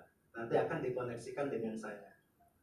Nah, itu perkenalan saya. Adapun untuk yang lain-lainnya, silakan di sana sudah ada media sosial saya. Mungkin Bapak Ibu bisa dicek ya untuk perkenalan lebih lanjut. Di ruangan ini saya lihat ini ada yang tidak hadir. Apakah ada yang sakit? Oke ya, jumlah siswa kita 20 orang ya semuanya. Ya, Pak. Oke, berapa orang yang tidak hadir? Ya, ada. 1 orang. Ya, kalau gitu kita doakan mudah-mudahan yang sakit bisa beraktivitas kembali dan bergabung dengan kita mungkin di kesempatan besok hari. Nah, sebelumnya saya akan menyampaikan aturan main pada kesempatan belajar kita. Apa aturan mainnya Bapak Ibu? Ini yang pertama, dilarang tidur. Ya, dilarang tidur. Kemudian yang kedua, dilarang menggunakan handphone. Ya, kalaupun mau membunyikan handphone ya tidak perlu dibunyikan, tapi cukup di silent saja. Kemudian juga dilarang merokok. Ada lagi, ya, dilarang makan dan minum. Dilarang batuk, dilarang berisik ya. Kemudian juga jika terjadi bencana, misalkan kebakaran atau gempa, nanti kita ikuti jalur evakuasi. Kemudian juga Anda merapikan kabel yang ada di bawah di sekitar kita, dan pastikan bahwa posisi duduk sudah sesuai. Ada yang tahu gambar ini apa, Bapak Ibu? Tulis. Itu adalah gambar tulisan ya, atau gambar nota. Itu gambar pesan ya, gambar pesan. Oke. Maka pada kesempatan kali ini saya akan menyampaikan judul materi pelajaran yaitu cara menuliskan kerangka pesan bisnis. Adapun judul ini diambil dari program pelatihan yaitu digital marketing untuk pemula, kemudian dari unit melaksanakan penulisan bisnis atau business writing, dari elemen menulis pesan bisnis sesuai topik, dan dari KUK kerangka pesan yang ada dituliskan sesuai topik pesan. Maka judul yang diambil adalah cara menuliskan kerangka pesan bisnis. Adapun tujuan dan manfaat pembelajaran yaitu peserta kompeten menjelaskan cara menuliskan kerangka pesan bisnis dengan menerapkan AIDA model dan teknik copywriting sesuai tujuan bisnis. Adapun manfaatnya, peserta mampu membuat pesan bisnis menggunakan AIDA model dan teknik copywriting sesuai dengan tujuan pesan. Nah, kita akan masuk ke materi. Tujuan penulisan pesan bisnis ini ada 3. Yang pertama adalah untuk mendatangkan calon pembeli. Yang kedua, untuk mengubah calon pembeli menjadi pembeli. Dan yang ketiga, untuk mengubah pembeli menjadi pelanggan. Apakah sudah bisa dipahami? Bisa. Bisa ya. Ada berapa tujuan pesan bisnis? 3. Yang pertama adalah, Datangkan calon pembeli. yang kedua, Mengubah calon pembeli jadi pembeli. yang ketiga. Mengubah pembeli menjadi pelanggan. Oke, bagus sekali jawabannya. Tepuk tangan buat kita semua. Adapun selanjutnya, bagaimana cara menuliskan pesan bisnis? Maka di sini ada konsep, ya, namanya adalah AIDA, ya, marketing. A-nya adalah attention. Attentionnya adalah apa? Maksudnya membuat orang tahu, ya. Kemudian yang kedua adalah interest. Interest ini adalah membuat orang mau. Dan yang ketiga adalah desire. Desire ini apa maksudnya? Ya, supaya dia mempertimbangkan mau beli atau tidak. Dan yang keempat adalah action. Dia mengambil tindakan. Nah, itu adalah cara menerapkan konsep AIDA pesannya dalam bidang marketing. Oke, kemudian kita ada yang dinamakan magic word. Dalam menuliskan pesan bisnis, Bapak Ibu semua, ini ada kata-kata yang dinamakan magic word. Kenapa menggunakan magic word kira-kira? Karena Ya, supaya orang itu tertarik. Ketika orang lain membaca pesan kita, dia menjadi tertarik, ya. Misalkan apa? Contoh kata-katanya ini. Akhirnya. Kemudian apa lagi? Gratis, betul. Apa lagi? Spesial, bonus, gitu kan ya. Kemudian luar biasa, rahasia, dan lain sebagainya. Ini contoh kata-katanya. Nah, silakan nanti Bapak Ibu bisa mengambil kata-kata yang ada di sini. Oke, nah, kita akan langsung masuk ke contohnya. Baik, bagaimana cara menerapkan atau menuliskan pesan bisnis dengan metode AIDA? Yang pertama, A-nya adalah attention. Attention itu maksudnya apa? Tujuannya untuk menarik perhatian. Implementasinya biasanya ada pada judul, ya, atau pada headline. Ini contohnya nih, kita lihat. Ada kata-katanya, akhirnya terungkap. Rahasia menguasai teknik digital marketing menggunakan aplikasi WA hanya dalam 3 menit. Jadi ada rahasianya kan? Rahasia. Ini adalah contoh kata-kata. Mungkin ada akhirnya. Atau mungkin ada juga kata-kata yang lain. Di sini apa nih magic word-nya? Ada yang tahu? Ada akhirnya, ada terungkap, ada rahasia. Bahkan ini menggunakan berapa magic word? 3 magic word. Nah, kemudian yang kedua. Yang kedua adalah interest. Interest itu adalah tujuannya membuat audiens tertarik dengan apa yang Anda tawarkan. Biasanya implementasinya pada apa? Pada isi pesan. Ini contohnya, contoh penulisannya. Fakta membuktikan bahwa 30% orang di dunia terhubung dengan WA. Namun, banyak yang belum tahu bagaimana melakukan teknik marketing melalui WA. Padahal, WA adalah salah satu senjata marketing yang paling ampuh dilakukan oleh siapa saja, termasuk orang yang tidak ahli ngomong sekalipun. Nah, ini adalah contoh interest. Bagaimana dengan yang ketiga? Ini yang ketiga adalah contoh desire. Desire ini tujuannya membuat audiens ingin memiliki produk kita atau jasa kita. Nah, implementasinya sama pada isi body pesan. Ini contoh ya. 3 alasan ya, kenapa harus belajar WA marketing. Yang pertama, WhatsApp gratis digunakan. Yang kedua, aplikasi chat terbesar di Indonesia. Yang ketiga, mudah dilakukan oleh siapapun. Dan, oh iya, cuma 3 kan? Nah, selanjutnya ada juga nih, misalkan 3 alasan kenapa harus bergabung ya, atau ikut mengikuti pelatihan di kami, bukan di orang lain. Yang pertama adalah lembaga kami sudah 11 tahun berpengalaman di bidang pelatihan. Kemudian terbukti berhasil lebih dari 5.000 alumni. Kemudian apalagi gratis konsultasi seumur hidup. Ini ya, ini contoh di saya. Nah kemudian yang terakhir adalah action. Action adalah tujuannya membuat audiens mau membeli. Implementasinya biasanya ada pada penutupan. Biasanya ada kata kuncinya itu misalkan mau nih. Mau bonus bukunya gitu kan. Nah, atau mau bonus panduan jago closing di WhatsApp. Kemudian khusus hari ini segera hubungi 0822 14 222 578. Stok buku terbatas selama persediaan masih ada. Nah, ini adalah contoh penulisan pesan dengan menggunakan kerangka AIDA.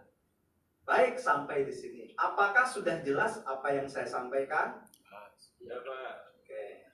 Baik, dari apa yang saya sampaikan tadi, apakah ada yang ditanyakan? Silahkan.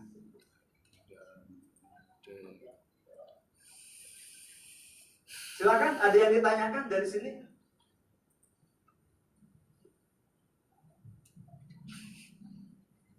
Oke, baik. Kalau tidak ada yang ditanyakan, masa nggak ada yang nanya sih? Jangan apa? Oke, kalau tidak ada yang nanya, kita akan lanjutkan ke kesimpulan. Kesimpulan dari materi yang saya sampaikan adalah bagaimana cara menuliskan pesan bisnis. Untuk menuliskan pesan bisnis, maka yang pertama kita tetapkan tujuannya. Tujuannya untuk apa? Tadi ada 3 tujuan ya. Nah ini. Kemudian yang kedua, pilih kerangka pesannya. Tadi kita kerangka pesannya kita menggunakan apa? AIDA, konsep. Dan yang ketiga, maka gunakan copywriting. Supaya apa? Supaya orang ya tertarik dengan pesan kita. Nah, itu adalah kesimpulan dari materi hari ini. Baik, kalau gitu kita masuk ke tahap selanjutnya. Saya akan coba tanya-tanya nih ke Bapak Ibu. Apakah betul tadi Bapak Ibu serius nggak mendengarkan materi saya? Boleh ya saya coba tanya? Oke, baik, kalau begitu saya akan tanya. Pertanyaan yang pertama adalah, ada yang bisa menyebutkan tujuan penulisan pesan bisnis? Ada yang tahu? Siapa yang tahu? Halo, halo. Yes, ada yang tahu? Tujuan penulisan pesan bisnis yang tadi disampaikan. Angkat tangan yang tahu. Oke, kalau gitu saya coba nih. Pak Hero, silakan. Tadi sudah angkat tangan. Tujuan pesan bisnis itu mendatangkan calon pembeli. Terus? Mengubah calon pembeli menjadi pembeli. Terus? Mengubah pembeli menjadi pelanggan. Mengubah pembeli menjadi pelanggan. Oke, adakah yang berpendapat berbeda? Bagus sekali ya jawabannya buat Pak Hero. Kita berikan aplaus. Ada yang berbeda pendapat? Sama Pak. Sama. Oke, baik. Oke. Tadi apa? Tujuannya yang pertama adalah untuk mendatangkan calon pelanggan. Ya kan ya? Kita datangi. Gimana cara mendatangkan calon pelanggan? Ya dengan ini gitu kan ya, dengan tadi, dengan AIDA dan copywriting. Kemudian yang kedua, untuk mengubah calon pelanggan menjadi pelanggan, menjadi pembeli. Ya, tadi ya untuk mendatangkan calon pembeli, ya. Yang kedua untuk mengubah calon pembeli menjadi pembeli. Dan yang ketiga adalah untuk mengubah pembeli menjadi pelanggan. Oke, baik, keren sekali jawabannya. Yang kedua, ada yang tahu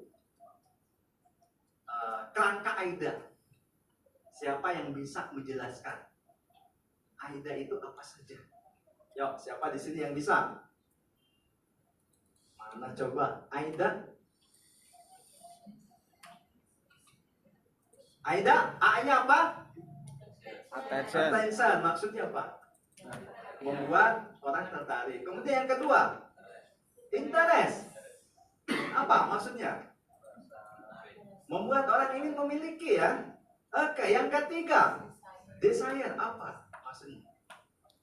Membeli. Supaya orang mau membeli kan? Oke, memiliki produk tersebut. Kemudian terakhir, action. Apa maksudnya? Beli. Ya, supaya dia membeli, melakukan action beli. Oke, keren sekali ya. Kita berikan aplaus buat kita semua. Kemudian selanjutnya ada yang bisa menyebutkan 3 kata hypnotic word. Oke, silakan. Tadi, boleh? Yang pertama, gratis. Yang kedua, diskon. Yang ketiga, ayo.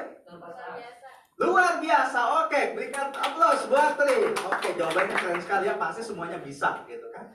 Oke, selanjutnya apa nih yang belum? Nah, yang terakhir.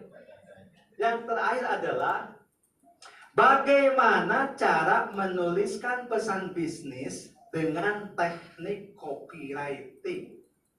Ada yang bisa menjelaskan? Oke, kalau gitu implementasi pada headline misalkan. Implementasi pada headline. Oke, itu aja lah. Diawali oleh kata apa?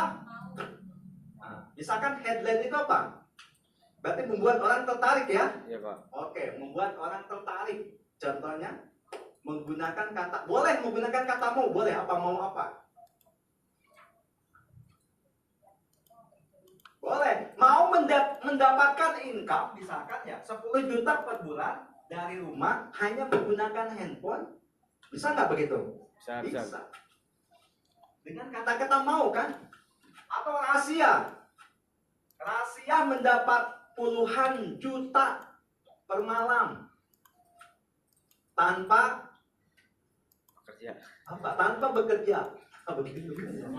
Iya. Nyepet, Pak. Iya, pasti orang membuatnya kan tertarik ya. Oke, misalkan itu. Baik ya.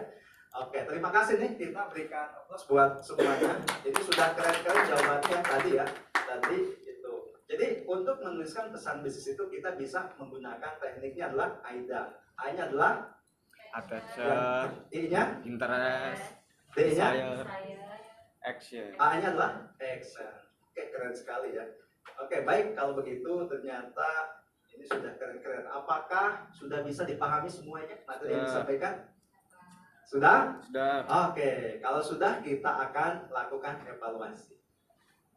Baik, silakan lembar evaluasinya di scan. Silakan scan semuanya. Bapak Ibu silakan lakukan scan. Ayo lakukan scan. Nah ini ya. Nanti silakan diisi identitasnya yang sudah scan. Silakan langsung isi identitasnya. Kemudian sudah diisi identitasnya, kemudian langsung dijawab. Waktunya adalah 3 menit. Waktunya 3 menit dari sekarang. Oke.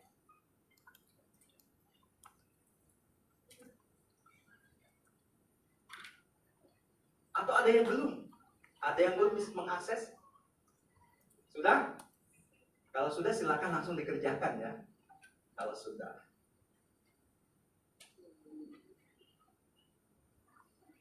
Kita lihat. Nanti yang sudah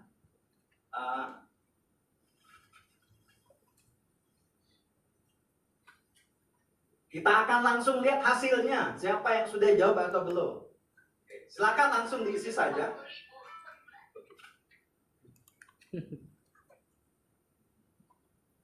Oke, baik ya. 1 menit lagi. Langsung disubmit ya. Yang sudah langsung disubmit, silakan. Yang sudah langsung disubmit. Siapakah? Mana ini pada belum nih? Ya? Iya, ayo langsung aja. Langsung submit aja. Oke, waktunya habis. Kita lihat. Nggak ada wah, kalau gitu nilainya 0 semua dong. Masalah. Coba. Masalah. Mana? Sudah, Pak. Skornya 20, Pak. Ada yang menjawab? Oke, di sini belum ini ya. Jawaban. Belum masuk ya? Belum masuk ya, Pak. Oke, belum masuk. Macet, Pak. Macet ya. Oke, baik ya. Oke, ternyata tadi jawabannya yang paling besar berapa? Oh, 90. Baik. Oke. Ini yang belum, jawabannya yang belum bagus ya. Nanti ya silakan teman-teman bisa diulang kembali. Baik, kalau begitu ini ada tugas untuk di rumah. Nanti buatlah sebuah pesan bisnis untuk penawaran produk baru. Dan ini yang punya kita ya, produknya yang masing-masing. Nanti dengan menerapkan AIDA model dan teknik copywriting sesuai dengan langkah yang hari ini dipelajari. Tugasnya dibuat dalam bentuk soft copy, dikirimkan melalui email nanang.abd@gmail.com maksimal pukul 22 di hari ini. Oke, sudah jelas? Jelas. Oke, kalau sudah jelas, ini ada quote. Ya, no action, nothing happen. When you take action, miracle happen. Artinya apa? Kalau memang kita tidak melakukan aksi, maka sesuatu tidak akan terjadi. Tapi kalau kita melakukan aksi, maka keajaiban akan terjadi. Silakan kelasnya dibereskan, teman-teman semua. Sudah dibereskan? Sudah. Ya, pokoknya Siap. laptopnya ditutup. Oke. Nah, dari saya, itu saja yang dapat saya sampaikan. Mudah-mudahan materi ini bermanfaat. Saya tutup. Wassalamualaikum warahmatullahi wabarakatuh. Waalaikumsalam warahmatullahi. Oke, Bapak Ibu semua. Tadi kita sudah saksikan gitu kan, bagaimana cara melakukan micro teaching dengan menerapkan metodenya 4 langkah mengajar. Nah ini ya. Nah mungkin yang tadi saya sampaikan memang belum sempurna, tapi paling tidak ini sudah menggambarkan langkah-langkah yang harus dilakukan, mulai dari langkah persiapan, nah kemudian juga langkah pendahuluan, langkah penyajian materi, langkah aplikasi dan evaluasi. Nah itu. Nah apakah persiapan dihitung waktu atau tidak Bapak Ibu kira-kira?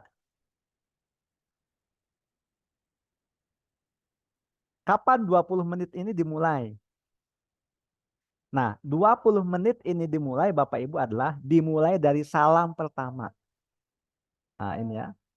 Ketika Bapak Ibu melakukan langkah persiapan, misalkan mempersiapkan kelas, misalkan tadi ya, saya membagikan modul gitu kan, atau lembar apa namanya, lembar informasi, kemudian juga menanyakan suhu ruangan gitu kan, itu ventilasi dan lain sebagainya, itu dilakukan sebelum salam. Kalau dilakukan sebelum salam, maka waktunya belum berjalan. Tetapi kalau kita sudah salam duluan ya, sebelum melakukan itu berarti waktunya udah dihitung. Nah, gitu kan. Nah, ini bedanya gitu kan ya. Jadi 20 menitnya kapan dihitungnya? Berarti setelah kita salam awal. Nah, dan terakhir ditutup dengan salam penutup setelah pemberesan kelas. Nah, itu Bapak Ibu semua. Oke, baik. Sampai sini silakan, ada yang ditanyakan Bapak Ibu?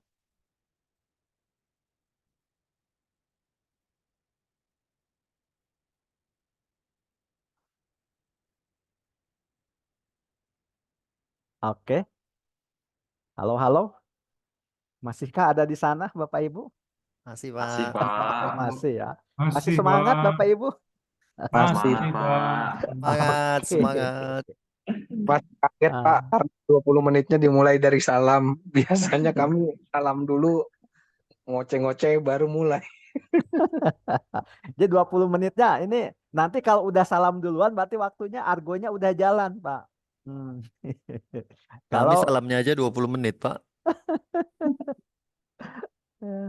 Nah, jadi gitu ya. Ini hanya contoh Bapak Ibu ya. Nanti ya mungkin yang kami sampaikan memang contohnya belum sempurna. Dan itu saya mendadak ya. Jadi ketika itu diminta untuk memperagakan bagaimana apa namanya melakukan micro teaching gitu kan ya.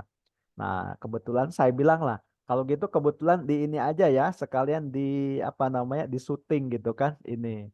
Ya, memang kan pada saat itu kan namanya mendadak ya. Saya lupa lagi materinya gitu kan. Berbeda dengan kita dengan persiapan gitu kan. Padahal itu materi itu udah kita kuasai. Nah, jadi seorang instruktur, walaupun dia udah menguasai materi, ya sebelum pementasan atau sebelum penampilan, sebaiknya memang kita buka-buka kembali materinya. Nah, ini yang saya lakukan kemarin ternyata ketika saya nggak buka karena saya pede gitu kan. Nah, ya saya memang menguasai materi ini pede gitu kan. Tapi memang saya nggak ini ya apa namanya nggak pelajari. Tapi akhirnya memang tidak maksimal Bapak Ibu semua. Apalagi kan namanya ngedadak nervous ada juga kan. Walaupun misalkan ya kita udah menguasai gitu kan. Tapi ya mendadak. Tapi alhamdulillah lah. Ya paling tidak apa? Saya memberikan contoh gitu kan. Bagaimana melakukan micro teaching dengan 4 langkah mengajar itu Bapak Ibu. Nah itu ya, ya namanya ya kadang-kadang ada kita speechless gitu kan ya. Apalagi tadi materinya terlalu banyak ya. Saya seingat terkesannya terburu-buru gitu kan. Kalau dilihat ya tadi tuh, ini materinya terlalu padat. Nanti Bapak Ibu kalau bisa materi jangan banyak-banyak. Jangan padat-padat gitu kan. Yang penting kita menyampaikan materinya santai gitu kan. Kemudian waktunya juga sesuai. Nah, kalau gitu apa yang harus dilakukan? Kan materi saya banyak, udah kurangin aja Bapak Ibu, saran saya kan. Dikurangin, yang penting Bapak Ibu menyampaikan materi dengan enak kan, santai, enak gitu kan. Daripada terburu-buru kan kesannya cepet ya, kayak mau lari kemana gitu kan ini. Nah, jadi seperti itu Bapak Ibu. Oke, baik. Silakan, mungkin ada yang ditanyakan. Nah, kemudian untuk membuat video micro teaching kira-kira bagaimana nih Bapak Ibu?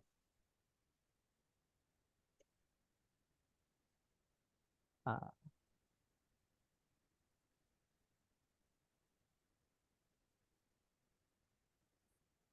memungkinkan atau tidak? Saya mungkin tanya dulu nih.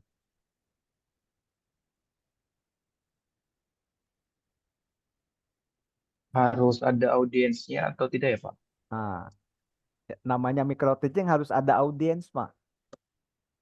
Agak susah Pak kayaknya. Iya, audiensnya ya minimal 3 orang lah gitu kan. Itu. Tapi kalau kalau memang Waktunya misalnya 1 hari, Pak. waktunya 20 menit. Iya. Ya biasanya kita berikan kesempatan gitu kan ya. Nanti akan kita ada hari terakhir gitu kan. Hari Sabtu ini kan kosong ya. Tidak ada ini. Mungkin kita bisa membuat untuk video. Tapi bisa saja begini Bapak Ibu ya. Mungkin ini apa namanya bisa kesepakatan. Mungkin micro teachingnya bisa juga kita menggunakan aplikasi Zoom aja gitu kan. Nah, kan lumayan gitu kan. Zoom juga kan kalau direkam ini apa namanya? Filenya juga tidak besar gitu kan ini. Apalagi selama 20 menit kan. Ya mungkin 20 menit tidak 20 menit pas bisa 22 atau 23 begitu kan itu. Nah, kita juga bisa menggunakan Zoom yang gratis ya, tidak perlu difasilitasi oleh kantor. Mungkin Zoom personal kita juga sudah cukup ya Bapak Ibu. Karena memang ini kan ada waktu 40 menit kalau tidak salah gitu kan. Kalau yang basic itu kan 40 menit. Jadi dengan untuk micro teaching ini menurut saya adalah cukup begitu kan ini. Nah, bisa menggunakan Zoom. Nah, mungkin langkah persiapannya kan berbeda kan apa namanya kalau menggunakan Zoom sama tatap muka di kelas gitu kan ya. Kalau menggunakan Zoom ya mungkin kita cek suara saya gitu. Misalkan apakah suara saya sudah bisa diterima dengan baik atau sudah bisa terdengar. Nah, ini masuk ke langkah persiapan. Nah, kemudian juga cek juga slide-nya. Ya, sebelum kita mulai gitu kan ya pastikan bahwa slide-nya sudah bisa dilihat oleh peserta. Nah, ini merupakan bagian daripada langkah persiapan begitu kan Bapak Ibu. Jadi mungkin langkah persiapan di dalam kelas ya, di kelas tatap muka sama di online gitu kan ini akan berbeda begitu kan. Nah, ini tergantung kesepakatan kita semua aja. Apakah misalkan mau di dalam kelas gitu kan atau menggunakan Zoom gitu kan ya ini. Yang penting ada audiensnya. Audiensnya adalah paling tidak ada 3 orang Bapak Ibu audiensnya. Nah, kalau tadi kan micro teaching kan minimal 5 orang kan. Kalau 5 kan kayaknya kesulitan ya. 5 sampai dengan 10 orang. Kita 3 orang aja lah. Nah, itu 3 orang ya mungkin bisa aja teman-teman yang ada di sini kan kita gantian aja kan. Nah, Anak istri bisa. boleh, Pak. Boleh, boleh. Istri Pas boleh ini gitu 3 kan. orang anak istri. Nah, tapi Anak asal kandung jangan juga, anak Pak, kecil, boleh, Pak. Pak. Ya, Waduh, harus nunggu gede dulu, Pak. Lama. iya. Pak Wawan mau micro teaching apa Pak sama anak Pak ini Pak? No, cublak-cublak suang, Pak Uci. Oke, gimana nih kira-kira Bapak Ibu semua? Diusahakan aja ya, diusahakan dicoba gitu kan. Kita maksimalkan aja ya mungkin. Tapi pastikan bahwa kalau untuk micro teaching slide-nya harus sudah selesai gitu kan. Itu dulu, slide-nya harus sudah selesai dulu baru kita bisa micro teaching. Mungkin nanti kita bisa manfaatkan hari Sabtu ya untuk micro teaching ya. Karena memang ada waktu ya. Masih ada waktu mungkin ada hari Sabtu ya ada hari Ahad gitu kan kita bisa maksimalkan itu. Nah, kecuali mungkin Bapak Ibu yang hari Ahadnya dalam perjalanan nah ini gitu kan ya. Tapi kalau online mungkin agak ini ya, agak bisa terfasilitasi gitu kan kalau menurut saya. Nah, mungkin seperti itu Bapak Ibu semua. Nah, ini mudah-mudahan gini lah, mudah-mudahan nanti Bapak Ibu ketemu dengan apa namanya ya, kalau kita misalkan ini portofolio kita lengkap, artinya tugas-tugas kita diselesaikan semuanya, begitu kan ya, ya mungkin ada salah-salah dikit mah wajar lah gitu kan, namanya juga kan kita lagi belajar manusia, nah gitu kan ini. Tapi yang penting misalkan semua yang diminta kita ada dulu gitu kan Bapak Ibu.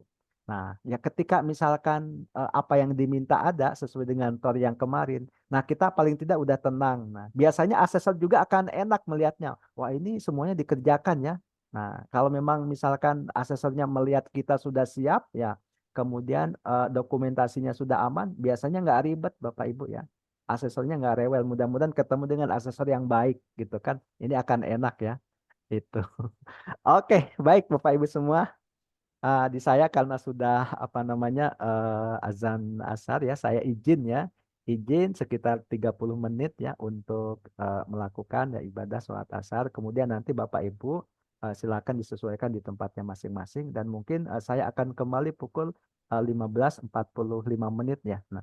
Nanti mungkin Bapak Ibu yang di daerah barat, di daerah Medan gitu kan ya, dan sekitarnya mungkin silakan saja menyesuaikan dengan waktu sholatnya di daerah masing-masing. Baik, itu saja Bapak Ibu ya. Saya izin untuk eh, ya standby dulu nih. Oke, baik. Apakah terlihat, Pak? Nah, sudah terlihat Pak. Ya. Iya, Pak Nanang. Ini kami mencoba untuk membuat lembar informasi. Kode unitnya ini, judul unitnya adalah merencanakan kebutuhan benih kelapa sawit. Kemudian elemen kompetensinya mengidentifikasi faktor-faktor yang mempengaruhi kebutuhan benih. Kemudian KUK-nya itu faktor-faktor yang mempengaruhi kebutuhan benih diidentifikasi. Nah, judul micro teaching-nya ini adalah cara mengidentifikasi faktor penentu kebutuhan benih. Nah, ini di dalam lembar informasi coba saya tampilkan tujuan dan manfaat. Tujuannya adalah menjelaskan faktor yang mempengaruhi kebutuhan benih dalam persiapan bahan tanaman sesuai SOP, merencanakan kebutuhan benih kelapa sawit di SKKNI. Demikian juga dengan menjelaskan populasi per hektar kelapa sawit berdasarkan varietas dalam persiapan bahan tanaman sesuai SOP. Nah, ini manfaatnya setelah selesai mengikuti pelatihan ini, peserta mampu mengidentifikasi faktor penentu kebutuhan benih untuk penyiapan bahan tanaman. Nah, ini kemudian coba dijabarkan faktor-faktor mempengaruhi kebutuhan benih, misalnya jenis varietasnya dan topografi. Nah, ini ada contoh-contoh jenis varietas dan topografinya. Kemudian jarak tanam dan populasi juga dijelaskan itu dipengaruhi oleh panjang pelepas setiap varietas, dan ini ada contoh-contoh untuk panjang pelepas setiap varietas dan jumlah populasi per hektarnya. Mungkin seperti itu, Pak. Ini ada gambar kerja nggak Pak kira-kira? Bapak bisa menampilkan gambar kerja atau tabel Pak untuk menambahkan informasinya? Kalau gambarnya seperti ini di PowerPoint apakah nampak, Pak? Enggak ya? Belum nampak Pak. Ya. Mungkin di stop share dulu Pak, nanti share-nya screen Pak, kita coba. Ini screen ya. Ya, share screen biasanya ada di pojok kiri sebelah atas biasanya.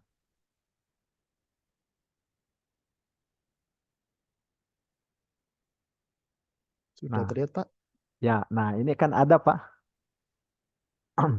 Ya, saya sudah Oh, ini ditampilkan saja Pak. Nah, itu ya. Nah, nah jadi gambar yang ada di PowerPoint pindahin aja Pak ke ini juga. Seperti ini. Ya. Nah, ini maksudnya bedanya gitu kan PowerPoint dengan lembar informasi itu apa gitu kan ya. Jadi lembar informasi ini kan Iya Pak. pengganti modul ya Pak. Jadi lembar informasi adalah handout ya. Dia ini pengganti modul. Otomatis isinya adalah lebih lengkap daripada PowerPoint. Oh gitu. Ya, kenapa demikian? Karena di PowerPoint itu namanya juga kan PowerPoint kan. Jadi yang ditampilkan ini kan hanya poin-poin pentingnya saja gitu kan ini. Tetapi di lembar informasi ini kan seperti modul gitu kan. Jadi karena lembar informasi ini adalah pengganti modul gitu kan, maka nanti isinya tentunya lebih lengkap. Nah, itu Pak. Daripada yang ada di slide-nya. Mungkin di slide-nya hanya beberapa saja yang ditampilkan misalkan, tapi di sini bisa lebih banyak. Misalkan jenis varietas gitu kan ya mungkin di lembar informasi hanya ada 2 atau 3, tapi di sini bisa lebih daripada itu gitu kan, boleh Pak. Mungkin. Oh, baik, Pak. Nah, jadi Jadi gitu. mungkin kalau di PowerPoint ini kan saya cuman copy dari PowerPoint ke lembar informasi saja gitu. Jadi Ya, lebih lengkap di lembar informasi ya Pak ya. ya betul. Jadi lebih lengkapnya di lembar informasi. Jadi lembar informasi ini pengganti modul Pak atau pengganti buku sumber ajar gitu kan. Gitu. Nah, cuman memang dia cakupannya hanya sebatas materi yang kita sampaikan begitu kan itu. Nah, makanya kalau menurut saya kan ini Bapak lebih lengkap nih. Di sini kan Bapak sebutkan tujuan dan manfaat. Sebetulnya mungkin kalau menurut saya tidak perlu Pak. Langsung aja dari faktor-faktor sampai ke bawah Oh, gitu kan. Ya, tapi kalaupun mau disampaikan nggak masalah gitu kan. Nah, ini tidak mengurangi makna gitu kan. Iya, berarti kan lebih baik gitu kan itu. Tapi ya. apa Ya, namanya? itu Ya, Pak biar agak lebih lengkap Pak. iya, biar lebih banyak ya Pak. Nah, oke. Ya. Kalau begitu perlu dilengkapi dulu Pak. Ini kalau di on screen kayaknya nggak selesai nih Pak. Iya, silahkan Pak. Nah, yang penting kan ininya sudah nangkep ya Pak Siap. maksudnya gitu kan. Iya, oke, Siap aman Pak, Pak. siap. Gue Ya. contoh malah. Ya. Loh, belum lengkap kok. Ya nggak tahu sebelumnya belum ada yang ngasih contoh. Oke, terima kasih Pak. Oke, sama-sama Pak Hernawan. Silakan yang lainnya Bapak Ibu. Ini, Yang ini tadi yang bahas lembar apa itu tadi Pak? lembar informasi. Ya, Lembar informasi. Mohon maaf Pak, bisa diulangi nggak Pak? Karena baru balik sholat tadi. oh ya. Jadi lembar informasi ini adalah pengganti modul Pak. Jadi kalau modul ini kan berarti semua materi ada ya Pak, 1 unit kompetensi gitu kan. Nah, kita kan hanya menjelaskan mungkin 1 KUK saja, 1 elemen juga tidak gitu kan. Maka kita potong yang ada dari modul ini. Nah, namanya adalah lembar informasi. Ini adalah pengganti handout. Mungkin Bapak Ibu kan namanya handout gitu kan. Nah, kita di sini adalah lembar informasi. Sama saja sebetulnya. Handout atau lembar informasi itu sama. Tetapi isi lembar informasi lebih lengkap daripada slide presentasi. Kenapa memang lebih lengkap? Ya sebab kalau di slide presentasi mungkin kan hanya menampilkan poin-poin besarnya saja gitu kan ya. Tetapi kalau di lembar informasi ini menampilkan yang lebih detail gitu kan daripada poin-poin yang ada di eh, modulnya gitu, di slide presentasinya begitu. Oke, mungkin itu ya Pak. Nah, kita coba aja lah gitu kan ya. Silakanlah sambil ini dicoba gitu kan. Ini.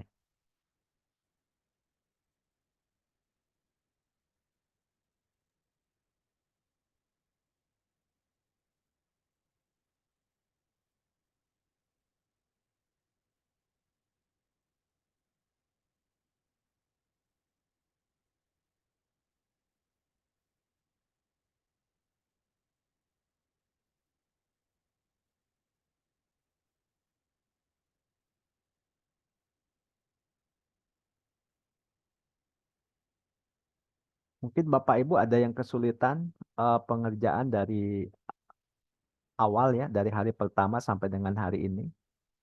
Bapak Ibu yang merasa kesulitan mungkin bisa ini ya gitu kan. Nah, kita bisa diskusikan. Nanti kesulitannya ada di mana begitu kan itu.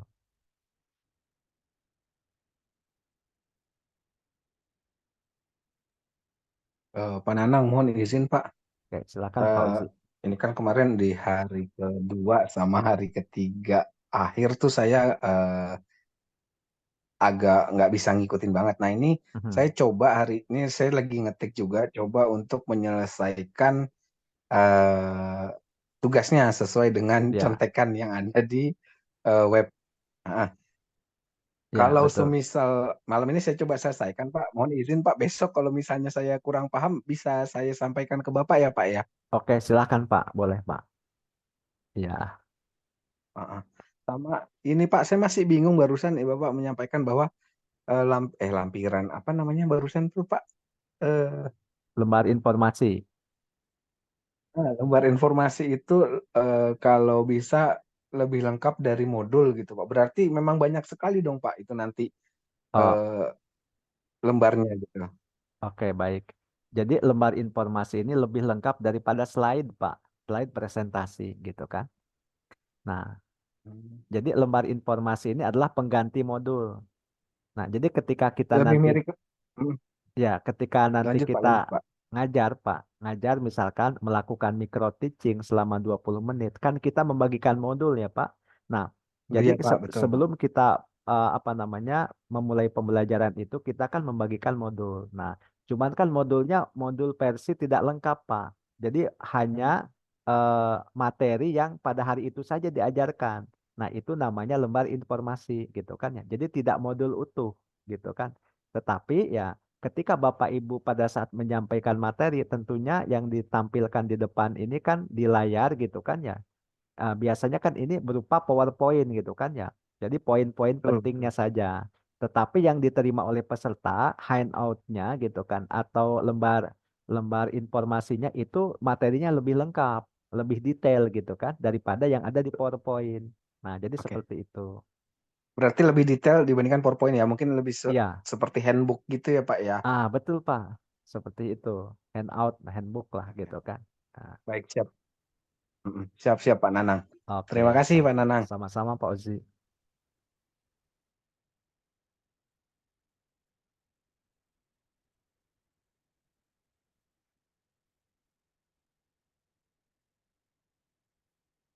Ya.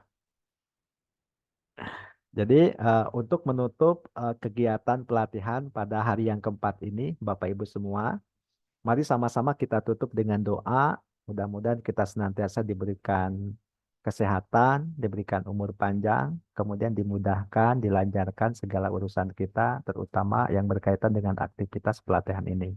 Mari Bapak Ibu kita berdoa sesuai dengan keyakinan masing-masing, berdoa dimulai.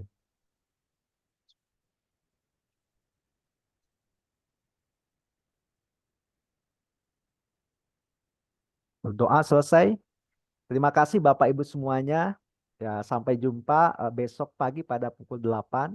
Saya ucapkan selamat beristirahat, jaga kondisi kesehatan, jangan sampai begadang Bapak Ibu ya. Oke, kita santai aja. Yang penting tugas-tugasnya tetap dikerjakan dan selesai. Sambil Oke. nonton bola Pak Nanang. Oke, siap. Itu yang Tutup selesai. kita akhiri ya. Nggak selesai Assalamualaikum tapi jangan Sama begadang Korea ini kalah, susah wes. ini. wabarakatuh. Waalaikumsalam. Waalaikumsalam warahmatullahi Waalaikumsalam wabarakatuh. Terima kasih warahmatullahi semua. wabarakatuh.